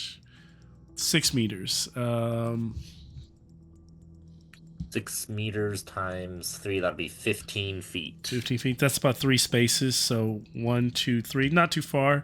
And then, and you take 6 points of bludgeoning damage. Doesn't negate armor, so not a huge, not as devastating as it kind of I imagine that might feel, or like might just looks as it gets like thrown back. Does it say you're? I imagine it says it's prone, but let's see what it says. Out of the way. Never mind, And lands prone, so he just lands prone. So 3 feet, 3 spaces away. So he's still another 3 spaces from the pit, but he's just right there. He just gets thrown back. It's ironic because this is pretty much what the stone pillar spell does. It's like, is this what I've been doing to people? Whoa! I'm so sorry. That's actually hilarious. Taste of your own medicine. But then the Titan turns, grabs the matron by the throat, like the hand that's free. It's called Ferocious Shake. It extends its long arm towards an opponent, grabbing them by the neck before lifting the victim into the air and shaking them ferociously. The unfortunate victim suffers 3d6 damage. Armor has no effect. It's so violent, and loses its turn in the round if it has not already passed. So this would mean, well, I guess she's going to lose her turn regardless, even if she evades. So it probably makes sense for her to try to evade this. That based on what the move does. Who, me? No. It's going to be the matron. It's going to be so she's the NPC, but I would say she hasn't gone yet. So it probably makes sense for you to try at least roll for it. Makeda, maybe if you want to roll for it, it's going to be, let's see here. The check that she would make is an evade, and her evade, what are her skills? I'm looking for them. Her evade is a 12 or under. 12 or under? Yep. 5. God damn it. Telling you, this dice rolls like shit. Positively. It's rolling good. That's a good thing. Stop looking at them that way. It doesn't roll like shit. Because here, you know what? Here's where I'm saying your mind hasn't changed, because you got to realize if you're rolling if you were playing D&D today, then it would be rolling. The thing is, you're in such a D&D mindset that you're thinking that your dice is rolling great. You need to prop those dice up. You need to give them a place on your shelf. Those are great dice. This is the only Dragonbane game I play as opposed to like 2 or 3 other D&D games. So I need these dice to roll well. So I have learned that if we ever wanted to make Dragonbane a roll high system, all you need to do is every stat, if you think about any stat you have, minus that stat from 20. So if your brawling is 14, brawling minus 14, 20 minus 14 is what? 6? On your character sheet, you would just add a 6+ next to it, and that would be your new stat. It would be a bunch of, instead of being numbers, it would be a bunch of 6+. So that just means when you roll, you need to hit 6 or more to succeed. That's it. 20s would become your new crits. 1s would become your new critical failures. The only time you would start rolling low is you would try to roll. You can even still roll high at the end of the game on your skills, because you would keep your skill number next to it. So you roll high, you beat a skill. Every time you beat a skill, the skill number would get a little bit lower. So that 6+ would go down to a +5+, and your goal would be able to get all of your skills to a 2-up. 2-up would be an 18. So once you get all your skills to a 2-up, you get like a new heroic ability, and 2-up is where you want to be at, because that's the reverse way of it. Maybe it would make you feel, but that is the way to make Dragonbane a roll high system. Nope. She's like, in spite, I'm gonna hate it for the year as long as we play this. No, thank you. But thank you. it's a thing. Okay. Well, good shit. So she evades. Log rolls out of the way. Yep. Well, that means I'm actually surprised, because this round my Titan was highly ineffective based on what it could be. Makeda, you're up. No, I'm not. I evaded. Oh, you evaded. Yep. So it's Zaman. Oh no, I didn't evade because he didn't hit me. Oh yeah. He was someone else. That was Okay, yep. cool. So No, you're I up. get You're it. up. You're up. I hop up. How can I close with evil mage guy? 1, 2, To sure. 2, 3. Here's the issue. You have to go by 2 of his guards to get to him. And if you could dash, you could make it. But like you gotta evade. You basically gotta run through a couple guys who want to stop you in combat. And this bad boy, I won't even worry about. I'm gonna act like he's huge, so I'm really only looking. I'm focusing on these two guys.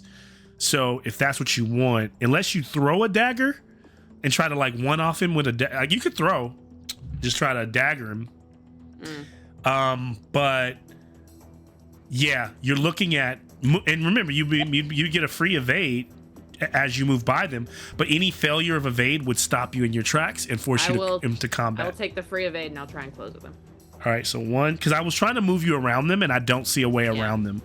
1, 2, if the evade is free, 3, 4, 5. It's always, because pretty much you get this evade every time. Rules is written. If you lock in, if you basically when you force an opportunity of attack, you get an evade check that doesn't cost you anything. But if you fail it, they're gonna give you damage. And what's funny is like, well, I don't know if it stops you from moving any further or if you just take the damage and keep moving. Our rule today is you could just keep moving, but you could take up to 2 damages. So so the first guy you're gonna encounter is 1, so you need to give me evade. As soon as I would get damaged, if I fail this evade, I would just stay. Which is stay. Okay, so let's see if you get out of this.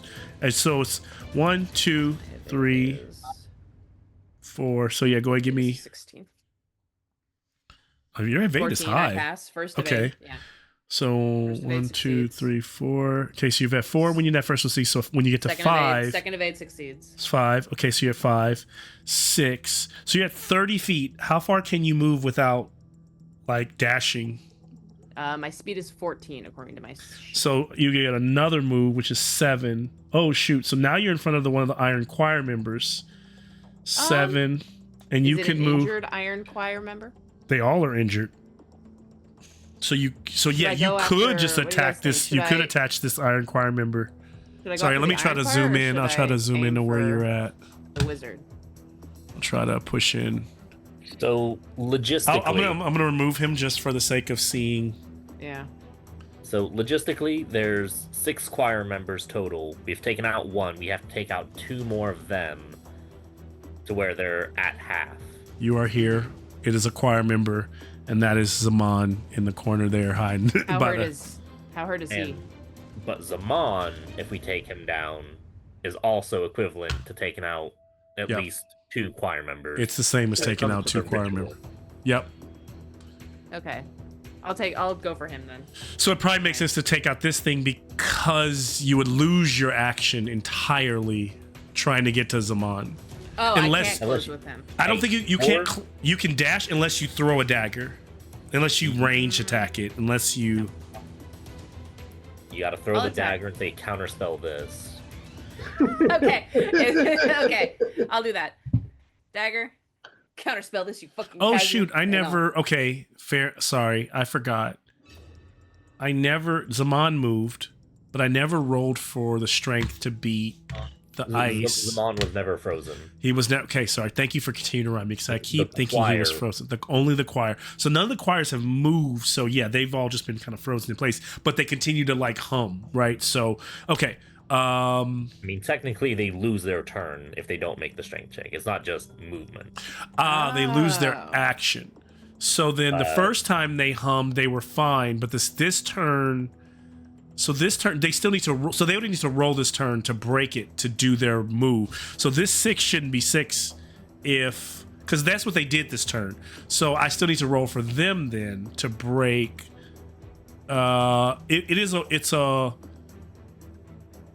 It would have been relevant skill.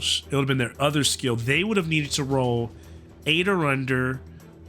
It would have been it's all or nothing with them because I treat them like one unit. That's an interesting thing. So, or I could treat them as separately and roll for every single one. Yeah, I guess I could do that. Because if at least 3 of them break it, then they can all increase it. Okay, so let's do that real quick so we can see if if this fails, then that number will go down. So I'm rolling for the first one.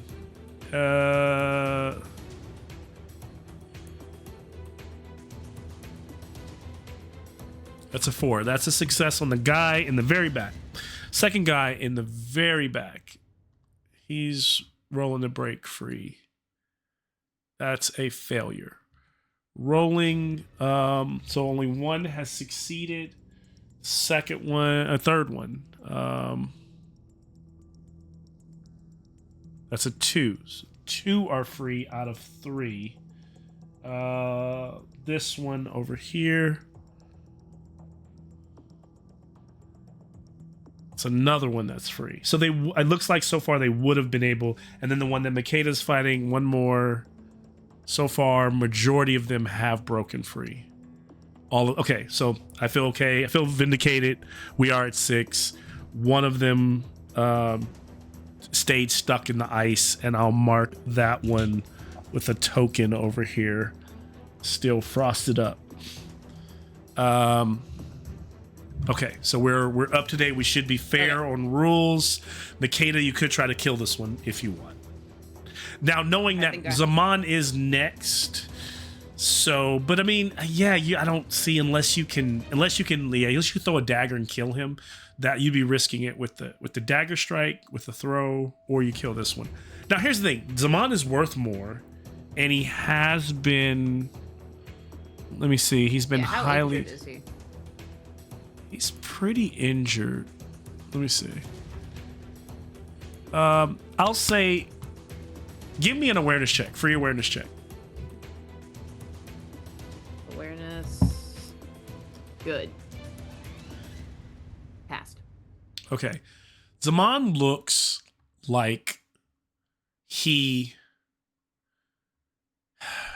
hurt, but he's got the will and the fight in him of the average common folk. So, like, if he's got average hit points at this point. So he's lost all his robust, have brought him back to the amount of hit points he probably would have had at the very big, maybe a little less than what he would have had when he very started off as a wizard many years ago.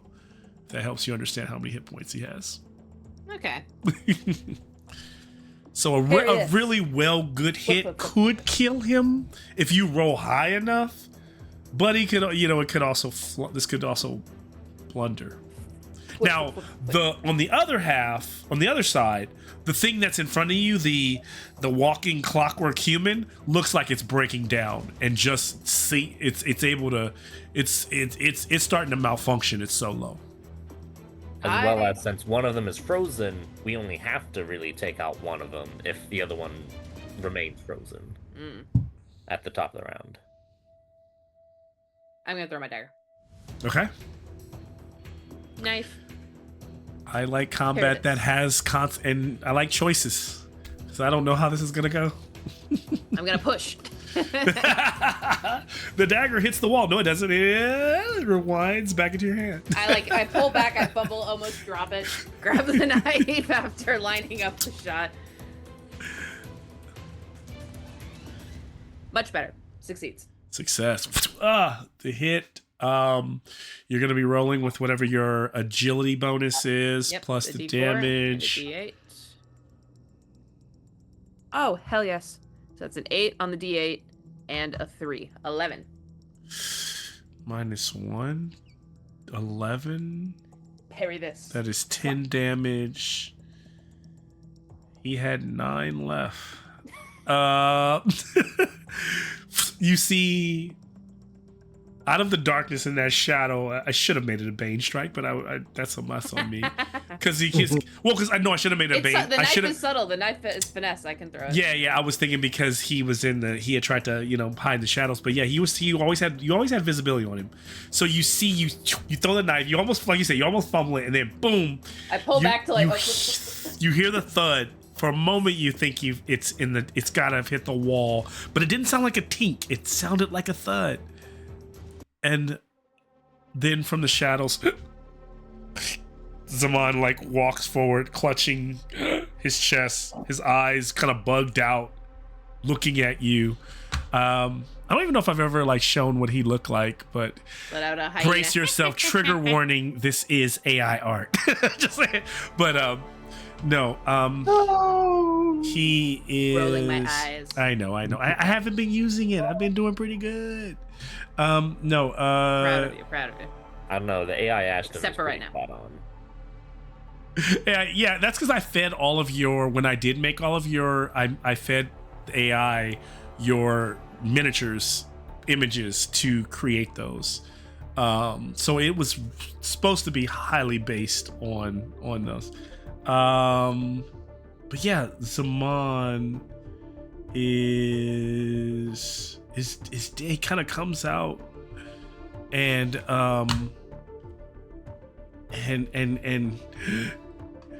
the choir falters for a second, and this is not supposed to be. And he collapses over, seeing a pool of blood, Makeda, around him. You realize that you have stopped the architect, at least, of this ritual, but you realize that it is one of those rituals where it's one of those things where, in that same moment where you feel like this should end it in any other way, suddenly you hear this roar, this breathing from the green orb beyond, and whatever is beyond is beginning to like manipulate the energies and try to push its arms and try to reach through, and you realize that you're beyond any ritual at this point. It's trying to shut this thing down so that this portal needs to close, this birthing space needs to be closed, or this thing might even, whatever, maybe it doesn't come through as its full self, but maybe its avatar makes it through. Zaman is no more. I will let out what first seems like a happy hyena cackle of success that quickly becomes a whimper of, uh-oh, this thing's still trying something. Yeah. And so in terms of, I'm not changing, I don't want it to feel like I'm changing the rules of the game. Steak says rules is written, he's gone. But remember, in terms of the ritual, that dice number is still at 6. That's what's fair to know. But I will be making a roll at the end of the round for it to drop. And if the choir can still, if that herd can be thinned, if there is a third round, they will not be able to add. So that's something to consider as well. We move to, let's see. Zaman would have been next. He's done. He's gone. Jumbi, somebody want to use one of his spells and figure something out? I will. We would move to him.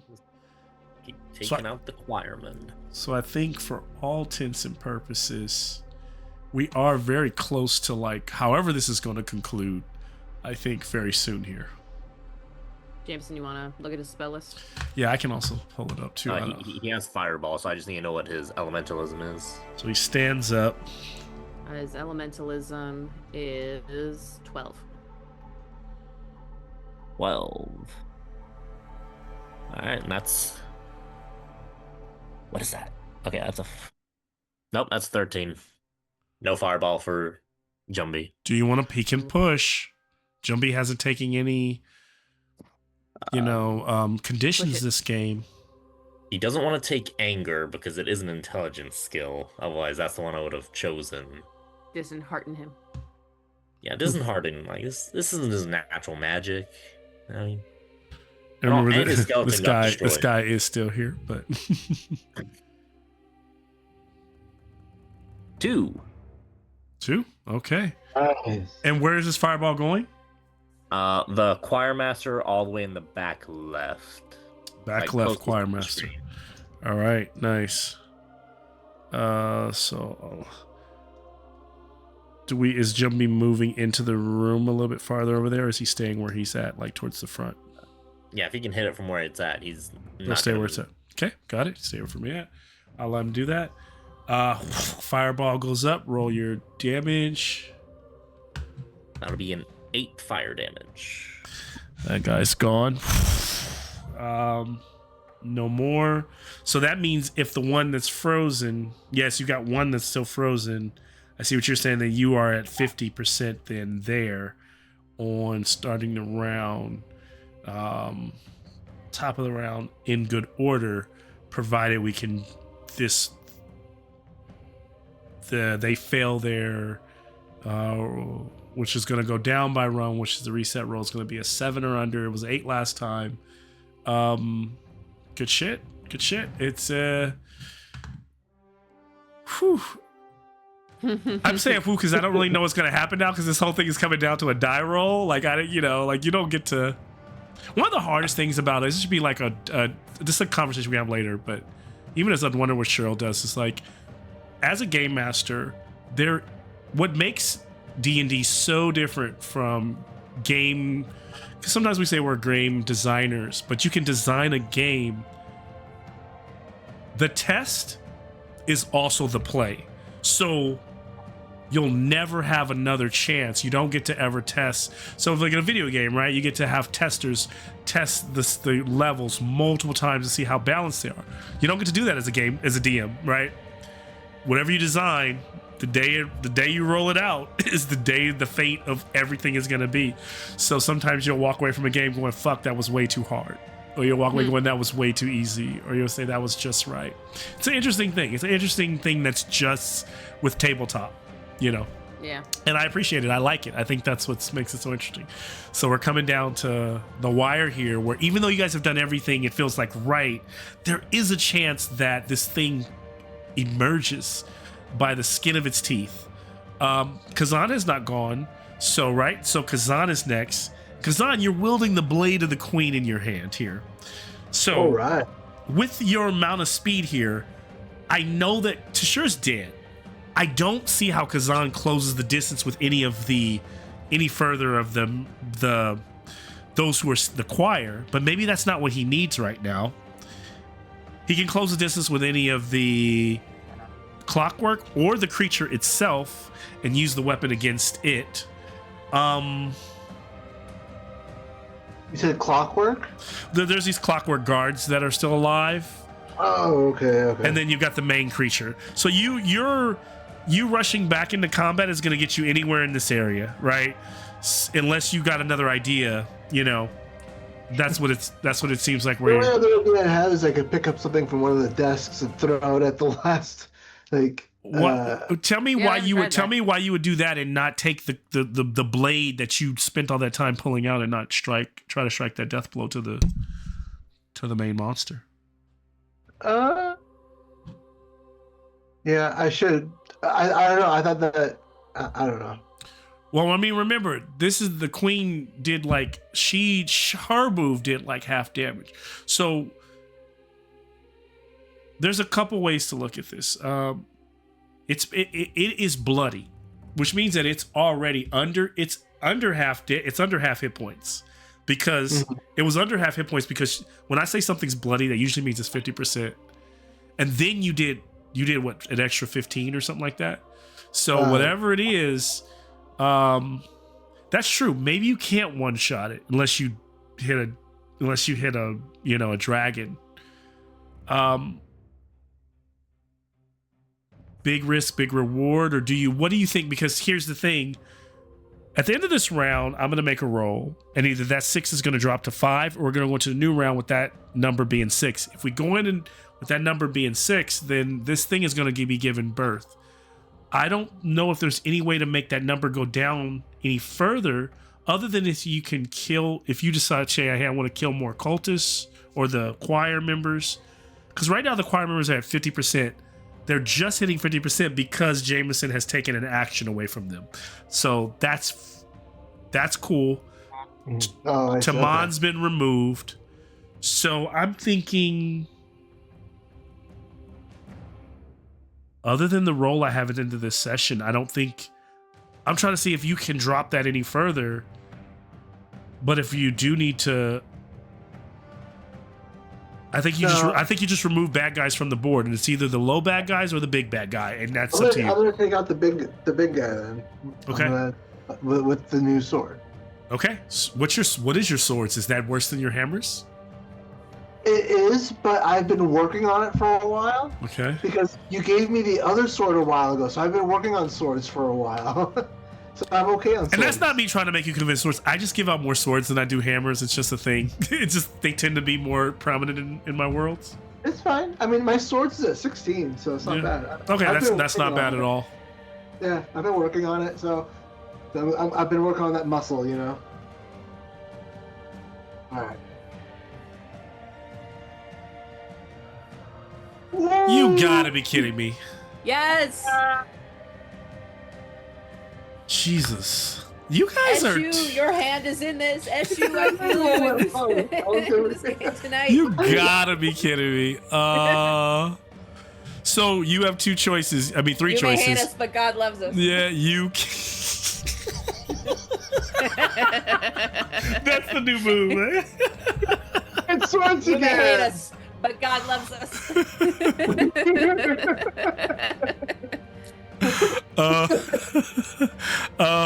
The dragon special is either double the damage. You can negate the armor completely, or you can take another attack after you finish this one. So those are your three options. Double the amount of damage dice that you're gonna roll. Remove. Now I'm gonna give you a heads up on this one, just because this sword negates its armor already. Oh, The double sword, the- so that's not a good move. So you either can take the free attack or double the damage. No, I'm gonna double the damage. Okay. So then you would roll. So you're gonna get 4d8 plus your Jesus. d6, and that's your damage. And if you can, that's so The either D6 doesn't double? You mean the the D4? d6 never doubles. The bonus die never doubles. Yeah, unfortunately.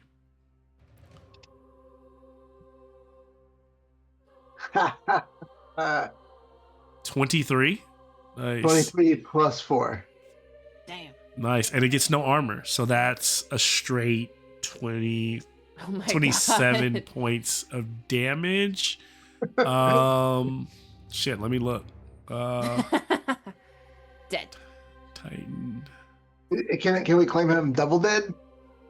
Maybe triple dead. So dead it echoes through space and kills someone else. Yes, yes. The Nice. remaining Iron Choir people die of fright. I mean, double dead is you. You killed. He dies. You overkilled him, but not double dead. You killed him by six hit points. So if you, oh yeah, no, he had 18 points left. So it wasn't likely. Wow.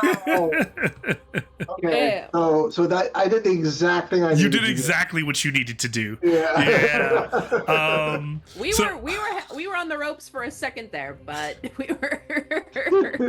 things were looking tricky. For I made second. a recording this week. I haven't even posted this yet, but I was talking about how what I also like about Dragonbane is all the combats feel dire in this weird way that even though heroes will come by the skin of their teeth, they will go in. Round 1 or 2 will be like the heroes are kicking ass, and then by round 3 they'll be dying, and then by round 4 they'll win.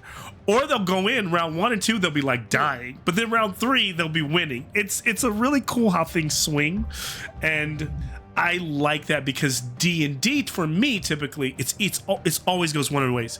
In 5e, by round 3, in all my years, I know exactly if the players are going to win the round or win the whole fight by round 3.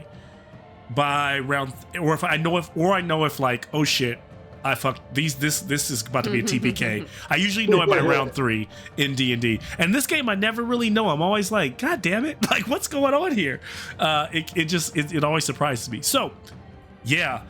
Where do you think you stab it? I mean, I imagine it's got this huge gaping hole from the Queen Strike. I don't know, where do you drive the blade?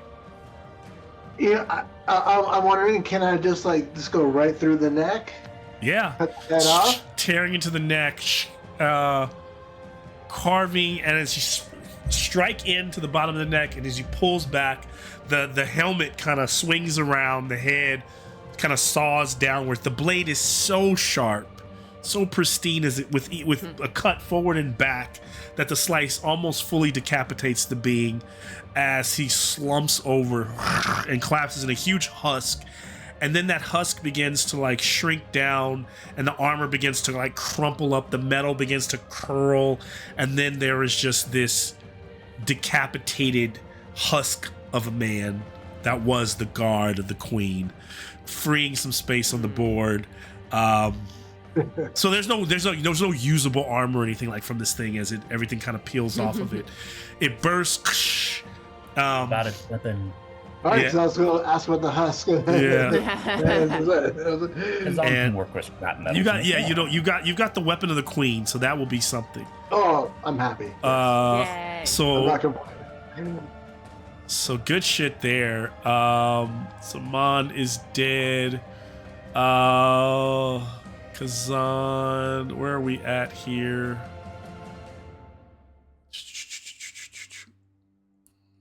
Then it is Dakarai. So who would like to make a death roll for him? He will be a constitution.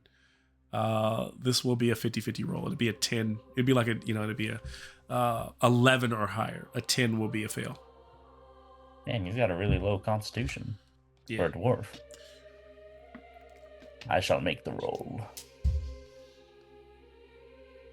10. So is it meets it, beats it? No, that is a failure. Because his relevant skill. I thought it was just his base stat.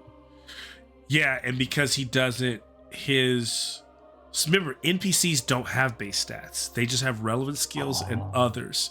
So I usually use their lower skill for things I don't think they're really good at. And in this, I actually bumped it because what I gave him, his relevant skills are all 12.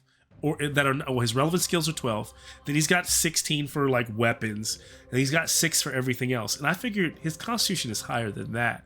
So I just decided to give him a 10 for that, and you rolled an 11. So I rolled a 10. You rolled you rolled a 10. I thought you rolled an 11. Meets it, beats Oh, it. meets it. Okay, sorry. So he would be stable right now. He'd be surviving right now if someone wants to give him a healing check. All right. Okay. So he's gonna still need healing. So he survives another round. Basically they'll keep making that one check. Unlike you all that will get the 3s, the first time he fails it, he's gonna die. So he's still alive and fighting for his life is basically what that is. Good shit. Matron is alive. She can also go. So now she is on the board. She can fight one of the. She could take out one of these casters if you want, which might make sense. Didn't she evade for her turn? Oh, she did. You're right. So she's done. Camila's death. So then now Camila needs this. I need another death roll for Camila. Hers is going to be, I know she's lower, so whatever her regular, I'm not going to give her a bump. Her skill is going to be... Yeah, NPCs are always a little more fickle in this game. There's always a little bit more loosey-goosiness to them. Like, even Game Masters, rules is written. Like, when the minute they hit 0, I don't have to give them... I can just write them off. Like, I can do whatever I think feel is appropriate with the narrative. So I usually try to give them a little bit of leeway. But she is... Her other skills is an 8. So her con save is going to be an 8 or lower.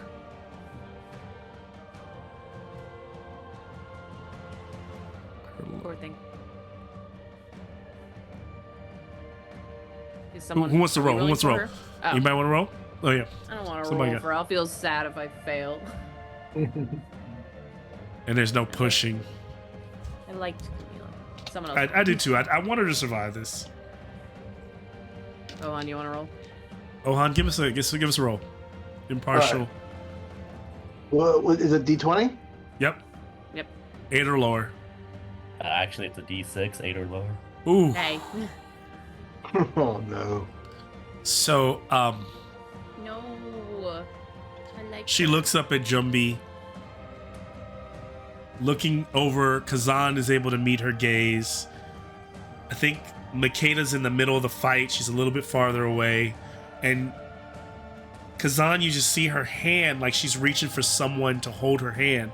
And she can't see who, but Jumbi grabs it and holds on to her. And she goes, "Give my people a brighter day." And I think just Kazan is able to hear it. Jumbi's like looking around and like looking at her, like trying to give her her moment, but also like his whip is like, on fire as he's looking around at Big Cass. And he does look down and give her a moment, and she passes. And that hand, her hand goes limp, a bloodied hand. That's so sad. And Camila is no more.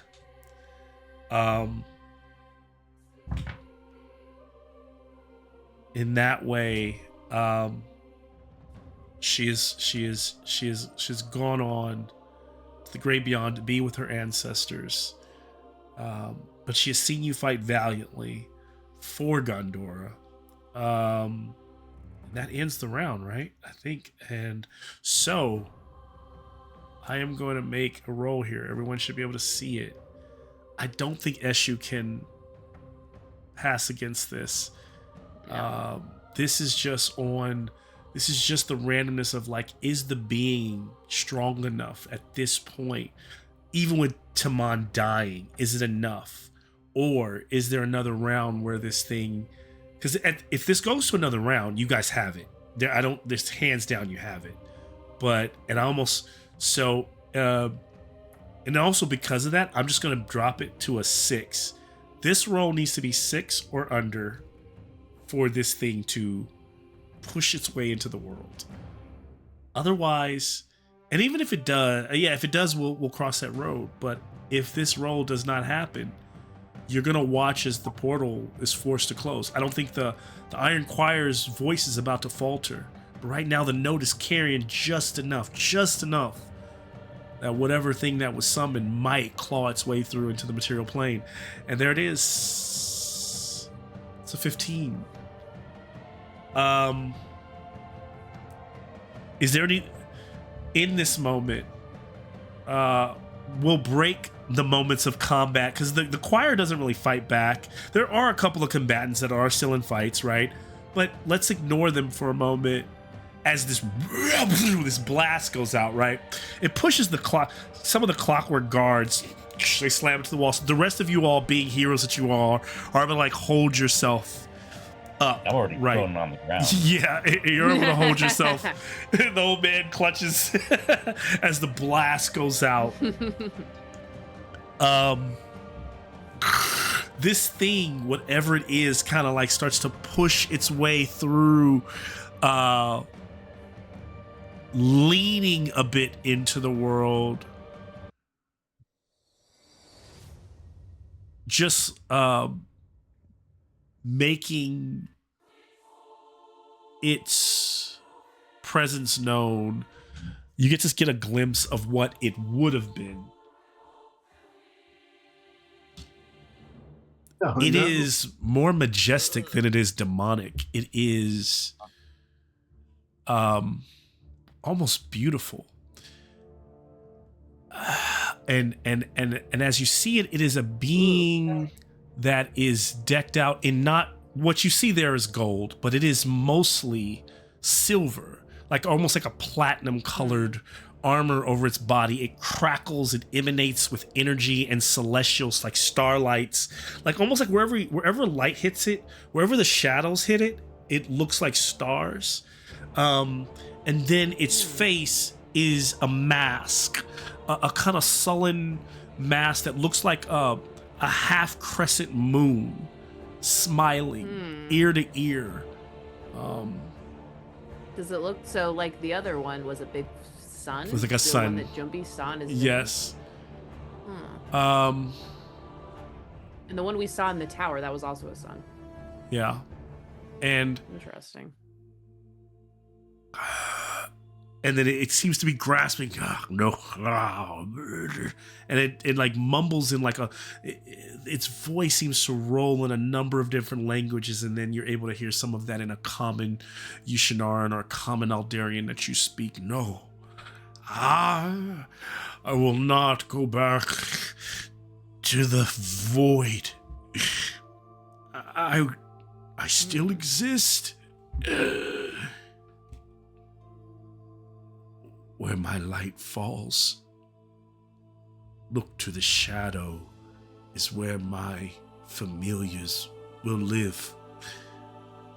And as the power begins to close around it, like this tearing reality begins to close up, and it can't seem to hold it open. As you see the moon face as it's closing, it says, I will remember you all. And then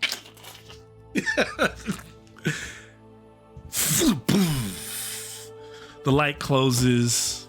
The chamber is empty. The blast sends all of the clockwork beings on their back.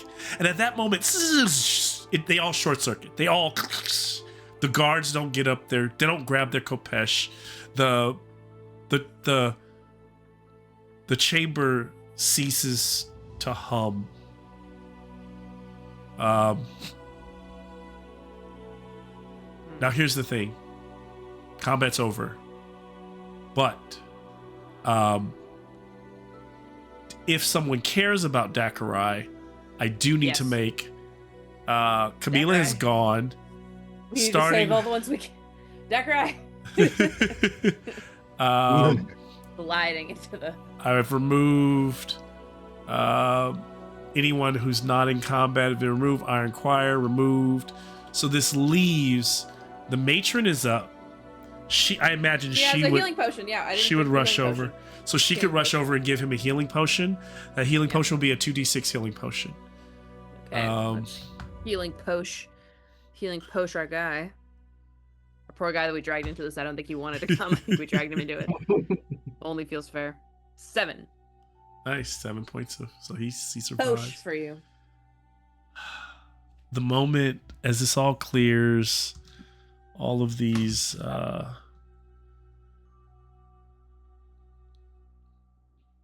I'll turn it over to you all. You know, this has been a entire game of combat. This is very close to where we're going to close. What are y'all thinking? What are so role play. I'll give it to you all. My sword! So beautiful, big sword. Makeda is gonna have... Well, I guess he's a wizard. He's probably not that heavy. Makeda is gonna struggle to flip over wizard guy to get her knife back. You all are very good, Dakarai says. That was tough. Camila, get up. Let's... Camila. Sam. What's wrong with Camila?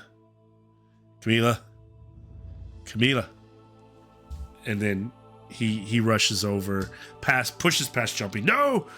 Come on, give me more of that. You didn't give give me some more of that potion. He starts to take like the last drop, like he's trying to give it to her, and it touches her lips, and it's just not working. And he just collapses over his friend. And I imagine that. Credit to Jumbie, I think he would probably say something about yeah, he probably would. Her spirit is no longer here. Her give some insight of beyond death. You know, this is not the end of Camila, it's just the end of our time with Camila. Yeah.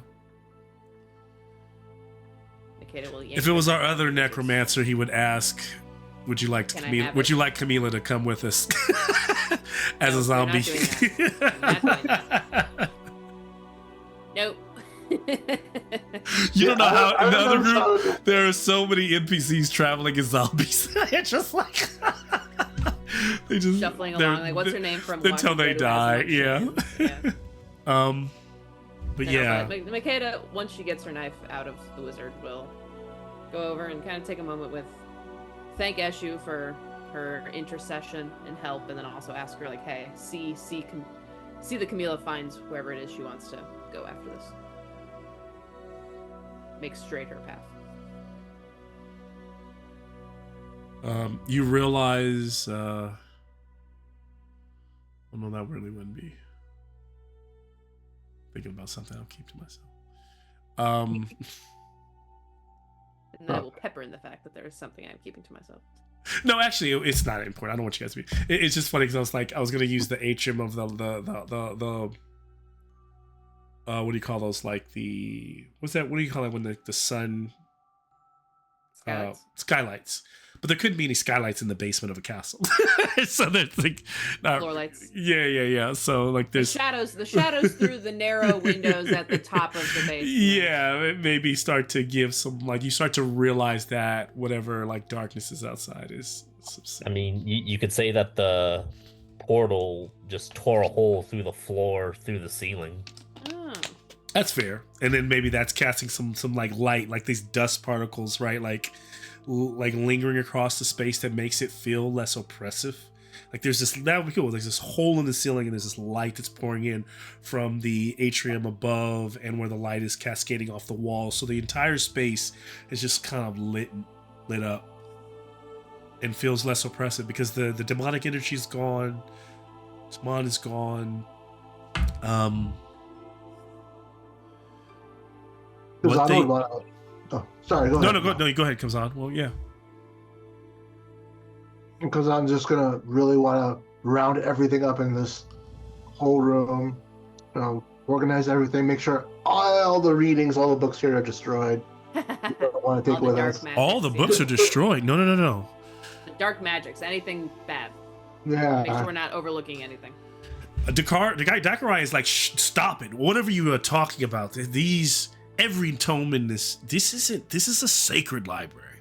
It all belongs to Gondor, and he starts to realize there's no queen to speak to this. He goes, but Makeda's gonna. But you can't just have right to destroy. Did that book belong to Gondora? I don't know, but we can't destroy. We don't destroy libraries. Like you don't. I appreciate. Listen, our help, but and maybe making a decision on this is above my pay grade. But I'm not going to stand by as you start to just burn or destroy books. One man does not take away our history. We fought to keep this. We could not read them, and now you're going to destroy them? Oh, good question. Can you read them now? He grabs a regular book. He flips it open.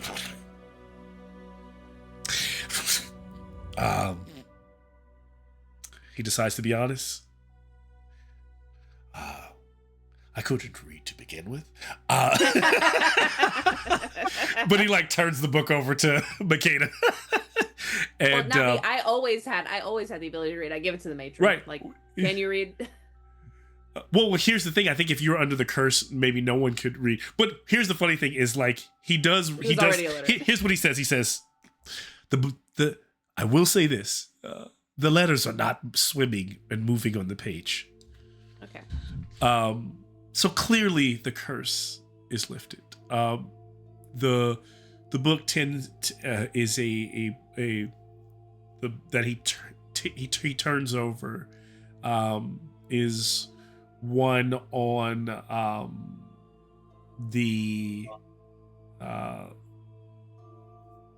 histories of Gondoran culture and like food, and it just happens to be like a recipe that he's turning over. And so just making sure that the curse is like lifted. Yeah. I mean, that book sounds cool. I just don't want any book with any instructions to do this again. I don't think so. I think you burned it. Makeda high fives. High fives, Kazan. Yeah, we did. Oh, that makes me feel a lot better. That's it. Well, just round up at these guys' pockets and knives. I'm sorry about Camila.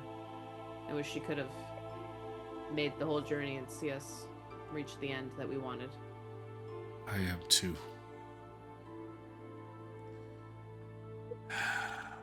Give him a furry little paw on the arm, little pat. She was a good friend. He like picks her up and he begins to like take her. He gets to really just take. Once he gets her, he starts to like march away from the basement up to those grand stairs. Like he's just going up, probably to outside. Makeda's gonna, if Ashton's still prone or if Ashton's standing, gonna gather him and Jumpy and Kazan up. Like, how are we doing? Are we all limbs? Everyone got arms, legs, tails, ears? Yeah, we're good. Hips not broken? No hips? No broken hips. I start like dancing around my sword a little bit, you know. I'm like, I think I'm good.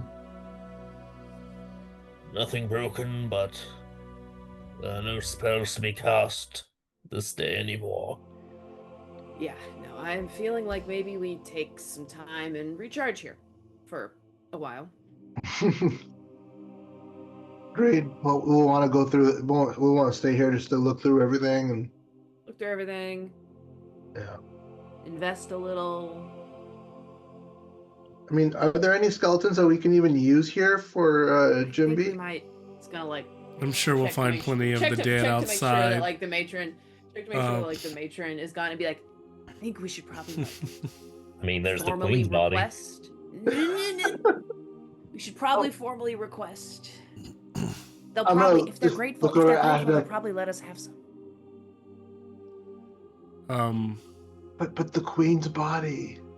But she's kind of a symbol, man. You can't just take symbols. I mean, all the skeletons look the same anyway. Will they notice? the queen's body is no longer. It's gone. Like she faded away. She turned to okay. dust. Yeah. The There's only scrap- body is Camila's, and Zachariah is walking can't her have body friends. upstairs. Like Base level rule. No friends. No one we know. That's just I mean, there's an evil guy. there's an evil guy. So to sure, Ooh. you can take Shashure's body. He is for Good. sure. Yeah, he's definitely gonna be carrying our stuff. I think. All right, let's take a page out of Saturday's group. All right, let's run his pockets. Run his pockets. Yeah, That's what I'm pockets on saying. this Let's guy. get all So, the daggers and stuff. yeah. Let's arm these guys. Let's. I'm opening. Yeah, wait, you'll I'm find- opening the you'll- inventory spreadsheet. You'll find his grimoire, which I have not. I'll have to go through and give you his spells. But what's in that grimoire? So remind me if I forget. And I'm making a note of it here. I'm putting it in the riches and trades has- trade goods I item. think he had lightning bolt and counter spell. I think we're Yeah. in. Sure. Oh, he definitely has those. Yeah, I'll have to go through the Grimoire. whole thing, the other things that you get. So he's got What's his name again? uh Zidane? Zaman or Tashur. Come on. Zaman Tashur. And how would you? What material was his grimoire made out of? Or like, what would be the nickname for it? I don't know why, but he was always almost he was always when I made him up, like was always like in my mind. He doesn't act anything like he was not like who I based it, but his name was kind of based on Tupac. It was like Tupac Shakur, and I was like Zaman Tashur.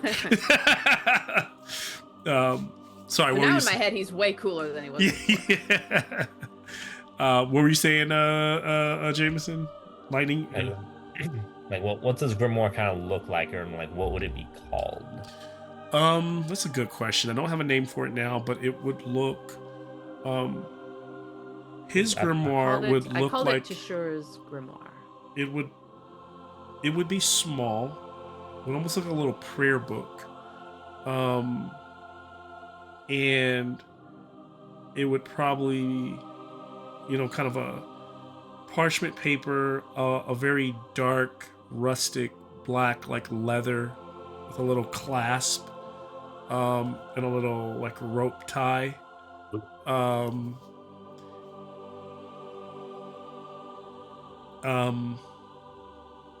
So it doesn't like seem overly like evil or anything like that, because like that's not how he started. Yeah, and I imagine there's a number of things in there, from journal entries to his spells to like if you want to learn more about him, and that all that would be in there. But dense, a dense, small, like little tome, about so big. Yeah. That's a black leather grimoire is what I'll Black nickname leather. it. Yep. Okay. So I'm not sure it's grimoire, bolt, and Or grimoire of the shore. yeah. So automatically he would know, magic shield and lightning bolt, and then. Now, sometimes this has happened in the other group. Just to let you know, just because they've beaten an enemy that he cast spells, and then when they got his grimoire, those spells were in it, and they were like, "Hey, how come?" And it's because he commits those to memory, because he doesn't want anybody to take his grimoire and know those spells. But these are probably, that doesn't mean everyone is going to be that way. So I'm just saying, just because somebody be like, hey, how come? Because it could be that they might keep multiple grimoires, right? So they might keep higher level spells in a different grimoire, commit those to memory, and have their other ones on them. It's a possibility, right? So there's an interesting way. I've had other players find a scroll. One mage kept all his on a long scroll, and then in the battle, half the scroll was burned. So like all the highest level spells were like burned off and singed. But you will find this seems to be intact. So you're gonna find whatever was in his. Completely stained in blood in the later pages. So we got that, and then he wasn't one for core. Someone can. What we'll do is I'll do one treasure card pull. I'm gonna put that as a note on what was on his body. We won't do that now, in terms of like coins or anything like that. He has a staff. That staff might be magical, so let me make note of that. He seems kind of priestly more than wizardly. Yes, definitely a priest, a scribe. Like he started as like meaning like a priest or what they would call a scribe, or even like a librarian. They keep the library. They keep the magics of this library. They keep their historian in that way. So I would agree with that. And from that, someone who has magical ability, but eventually succumbed and used this book to get the magic that he had at the very end. So good stuff there. You all are going to receive, in addition, there will be some like arbitrary treasure that you're gonna, for example, I've already done this. You're gonna like, by the next game, when we start our next game, you're gonna end up rolling for potential adventures that you went on. You're gonna roll for treasure that you already have. So there's gonna be like a little bit of meta, like things things are going to happen, but not at the table. But we'll have that. That game will be our next game, and the next game I've already had it with the other group. It's gonna feel more like a session 0. It's gonna feel like a session 0 of a second arc than a role playing session, and then you'll have another role playing session that will feel like your first session. So you've got some time here to think about things, and for me to like use what's happened today to really solidify what's happening next. I'll say this. So what else? I will say that one thing that I would do before too much time passes is I do want to make sure I'm going to write a really good, not eulogy, but like a memoriam in the telling of this tale, fighting this monster.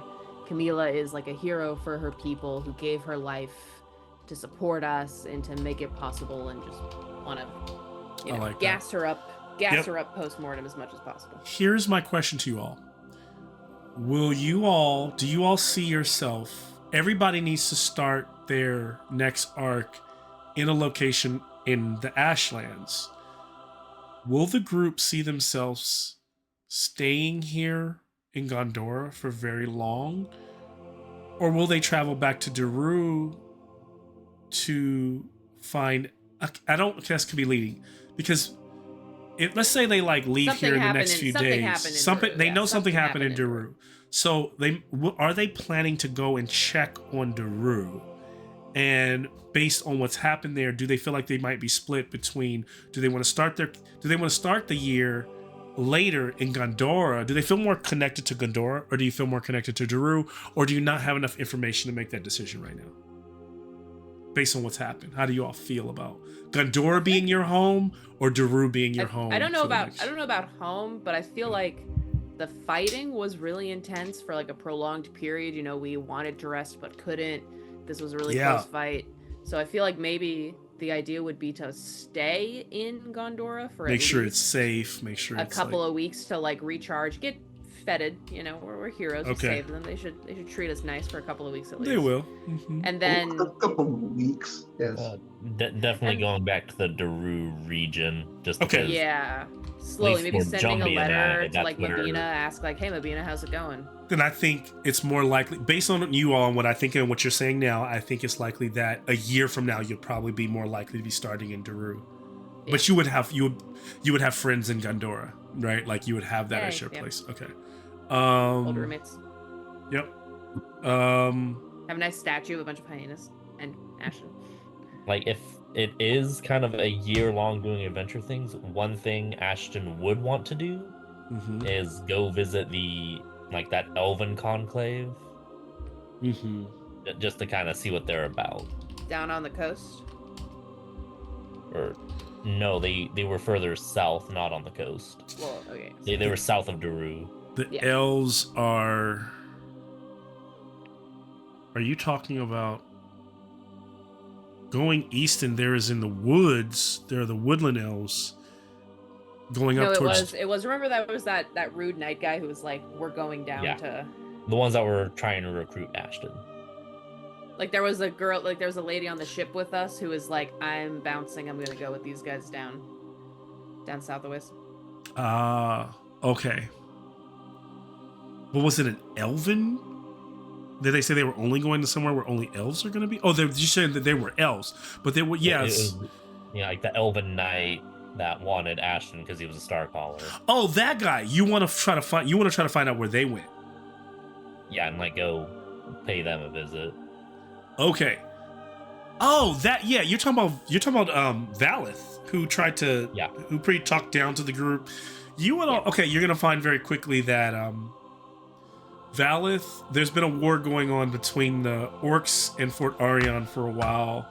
This is all right, you're going to learn this later, but if we look at the map,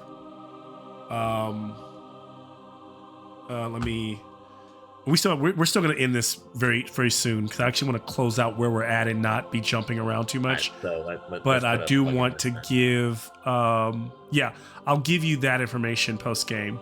But what I will say, since we are talking about that, why don't I close out the tabletop? Give us a match of the map. Because, just for the sake of us knowing where we're all at, you all are here. Jawbone Pass, Gondora.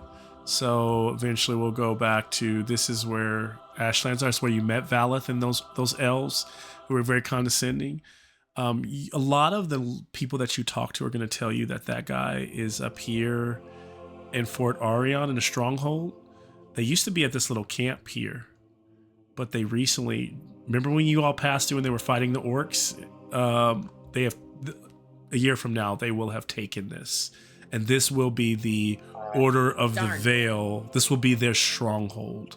So this will be where the Knights of the Veil reside. They sucked. Yeah. So if Ashton was to visit there, this is where he would go. And so I know that's not quite south, but yeah, that's where they would be. Anything south now where your girl Ithasiana would have set up court, she would have probably created some new trade to the city of Jaffa, which you will learn more about when we begin later. Solola will still be the world of where Khalid Anansi Anu came from. And you'll learn that there's some interesting conversation going on between Daru and them, because Daru wants to expand its reach and wants to continue to grow. It's a year from now, it will no longer be a village, it'll be a town. Of course, it wants to be a city. It's not there. It's got many years out from being that. But Daru's also concerned with the fact that this group uses a lot of undead. They use mostly skeletons to do all their work. And the people of Daru just haven't. Wow. They're not there yet. They're not on the whole accepting of the necromancy. Wow. So, and so yeah, we're getting ahead of ourselves. But yeah, that's so you'll learn some of that in the next coming sessions. But we would never do that. I think we use zombies. As the group kind of emerges into the sunlight, and the crazy thing is, it's morning, like. Even in the Ashlands in this region, it's mostly heavy, usually gray skies, but those clouds have parted and that morning sun has broken through, and they can hear cheering and children and people on the street, and many of them have gathered on the steps of the castle, and Dakarai is sitting there holding Camila, as some of them have some of the other people are wailing and mourning, some of them are carrying their dead. It's not all happy, but it is a reverence in the moment. It's not a people aren't like drumming and but they are taking in a moment that we made it, and everyone is rejoicing. Some people rejoice outwardly, some are just taking in it, and Dakarai is just holding Camila's body there, looking up towards the sun that's starting to bathe on him there in the early morning. You are in more of the highlands, so there's a nice breeze in the Kibrian, even it kind of breaks the humidity of the Ashlands. The tropical birds, you hear them singing. The churches still stand dug in across the locations. The city no longer seems you're actually able to see the beauty and the magnificence of what these people have built here in Gondora. Because that oppression is gone. Those red skies are gone. And Grick, you hear as you see like through the partying crowd, people kind of step aside, seeing this blue raptor march forward, and this frogman riding it. How's everything? And then he too goes, kind of tucks his head. He's not as, like emotionally broken by seeing Camila, but it is, he kind of tucks his head too and is no longer, and takes a moment to grieve. Is there any last thoughts, shares before we close out from you all, as we cameras focus less on our NPCs and on you all, as we push in on you all? Allow you all to help close us out with your thoughts, or what we see. Makeda's kind of known for her like bad posture. She's always kind of slightly curled in and hunched, but with everyone cheering and with the sunlight and with the realization that like, hey, we can chill a little bit. She's gonna straighten her back a little, kind of hold her head up and do a big, cheesy hyena smile. Nice. And I think that smile breaks us into a more, even like that shift in the musical tone from Makeda's smile to someone else gonna share. Ashton will talk to Elrond's Emerald and just be like, it's always a shame that the young die while the old continue living. But it is a nice thought to die at your home, which is no longer available to us.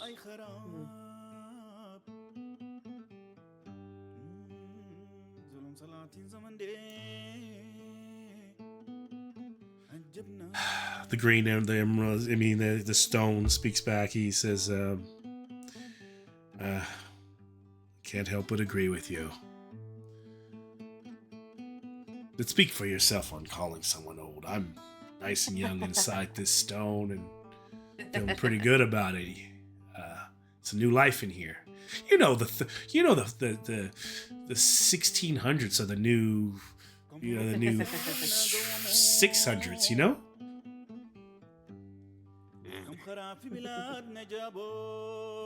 And We shall see. Camera panning to our hammer wielding. Now sword wielding. So now sword wielding, yeah. Yeah, with everything kind of relaxing, Kazan kind of just we're back in the town, or we're still in the place? You're outside of the castle, on the steps of the castle, overlooking the city, seeing all the people, and the sun is coming out in that early morning, and Dracarai's mourning, holding there, and then the matron walks over. Technically, the sword maiden. This puts her second in line for some kind of leadership. She, as some of the people even start to like kind of gather around her, she looks at you, Kazan, and she goes, "You wield it well, but that sword belongs to the people of Gondora." And she puts her hand out to take it. Yeah, no, Kazan's gonna be like, kind of knew it was too good to be true. He reluctantly hands it over.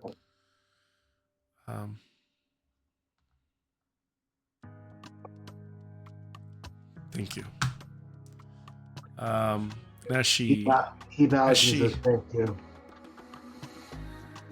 As she takes it from him, as she holds it, she goes, well, are you going to kneel?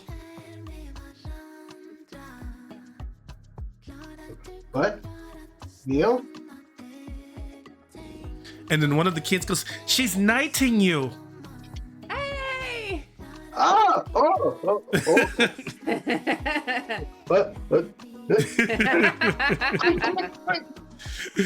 And she knights him, and when he rises back up, she kind of gives him like a half hug, and she holds the blade up, and everybody goes, "Yeah, to the new," like they kind of call her to the new matron guard, to the new queen, And then she goes, I do not need this to be queen. And she like tucks it and she like kind of flips it around and holds it out to you. You can borrow it for the time being. And then I'm just gonna like reverently just kind of hold it in both hands and just bow before her again. And then I'm gonna kind of just turn around and then look at the team and be like, I am less interested in your sword work right now, because we are going to need some hammers to rebuild many of the structures in the city. Will you stay around and help for a while? I'm just gonna like turn around, kind of just find a way to put the sword on my back, and then be like, hell yeah, I'll help around. I'll be happy to. Let us look to you all. I owe you many thanks. Let's go help the people. And she turns and she begins to march away. As you all follow away and kind of dispersing into the city amongst the community, amongst the folks, we kind of push up towards the sky and close out on this arc of Ashlands of Aqualon. Yay. Thank did you for it. playing. We're heroes. Yay, you're heroes. Yay. Good stuff. Tax free. Free rent. Good free rent. Oh, good stuff. Good stuff. So yeah, we have a lot to. You all will receive an automatic heroic ability. So you have an heroic ability slot, and then our normal 4 rolls for advancement you can do now, plus any dragons or demons that were rolled this session. I will do them later because I have recruitment tomorrow, which means I need to start. Then we should probably just do them all washing later. my face. Yeah. And I have a long day tomorrow too, so I guess we'll close out. I'm sad Sean missed 4 rolls, and plus 1 new heroic ability. If you max anything out at 18, then you'll get another heroic ability. And then we'll have you don't have to do a lot in terms of trying to plan out what the year looks like, because our next session will explore a lot of that. Like we'll use that session, but you can at least start thinking about it and sending me any requests, thoughts that you have, so I can prepare for that next session. But yeah, because that's what I did with the last. I felt like it worked out really well. We had a session that it's pretty much going to feel more like a tavern talk. It wasn't a lot of role play. We did about 2 hours of just breaking things down and working things out. And then now this week I'm going into my first official like session 0 of season 2 with them. I'll do the same thing with you all because I think it worked out well. So next session is going to be a lot more chill. You don't have to worry about fighting or anything like that. And so Worry yeah, about fighting us. and I also gave everybody the opportunity to decide if this was the chance. Do they want to continue to play in my world? Do they want to continue to play this campaign? Because you could walk away from it and like close things out here. But I would love for us to continue to explore this. I think there's really cool now that we've expanded the full content. There's a lot of things that have changed, and you will end up learning. Next session will explore and help you ground yourself. I want to try to answer a lot of the questions you all have about understanding what's going on in the world, so you can decide the path you want to take, and you won't feel so much like it's just a hodgepodge of like what comes next. So I think if you want the next arc to feel more like driven, like modular, you'll be able to gravitate towards that, because I'm gonna give you some very clear things of what's happening in the world, and you'll have to decide what you want to do with that. Yeah. So, yeah. So, because I think a lot of this has been about where the demons are entering, what's going on, where the dragons are entering, what's happening in the world, and so we'll explore all that a little bit later. So, and Yay. Yeah. So, all right. Well, enjoy tomorrow. Have a good day, Cheryl, Jameson, Ohan. Good stuff. Yeah. Again, I'm glad we survived. Yeah, glad you survived. Good stuff. You live. You without always get knowledge me on those another prayers. day. You always get me to like give you something. I should. God's favorite. I'm God's favorite I soldier. feel so soft. I've become so soft as a DM. I think it's just because we're good at justifying why stuff happens, That's as fair. well as we don't always try to get all the advantages. Like Yeah. we are fair with it. We're like, Yeah. this is the little edge we need Yeah. to have a chance. Yeah, and what's funny about you all though, it feels like whenever you all do it, you always get a dragon. You always get exactly what it like never doesn't work out. God Like it's bless always us. like I'm gonna God give you this bless one us. roll, and it's like dragon. So it's like it's good. It's like, all right. So good stuff. Yeah. All right. Well, I'll let you guys get to it and have calls out your nights, and I'm gonna do the same thing, and then I'll see you in 2 weeks. All right. 2 weeks. All right. Thanks, Malcolm. Later, See folks. ya. Good night. Bye. Bye.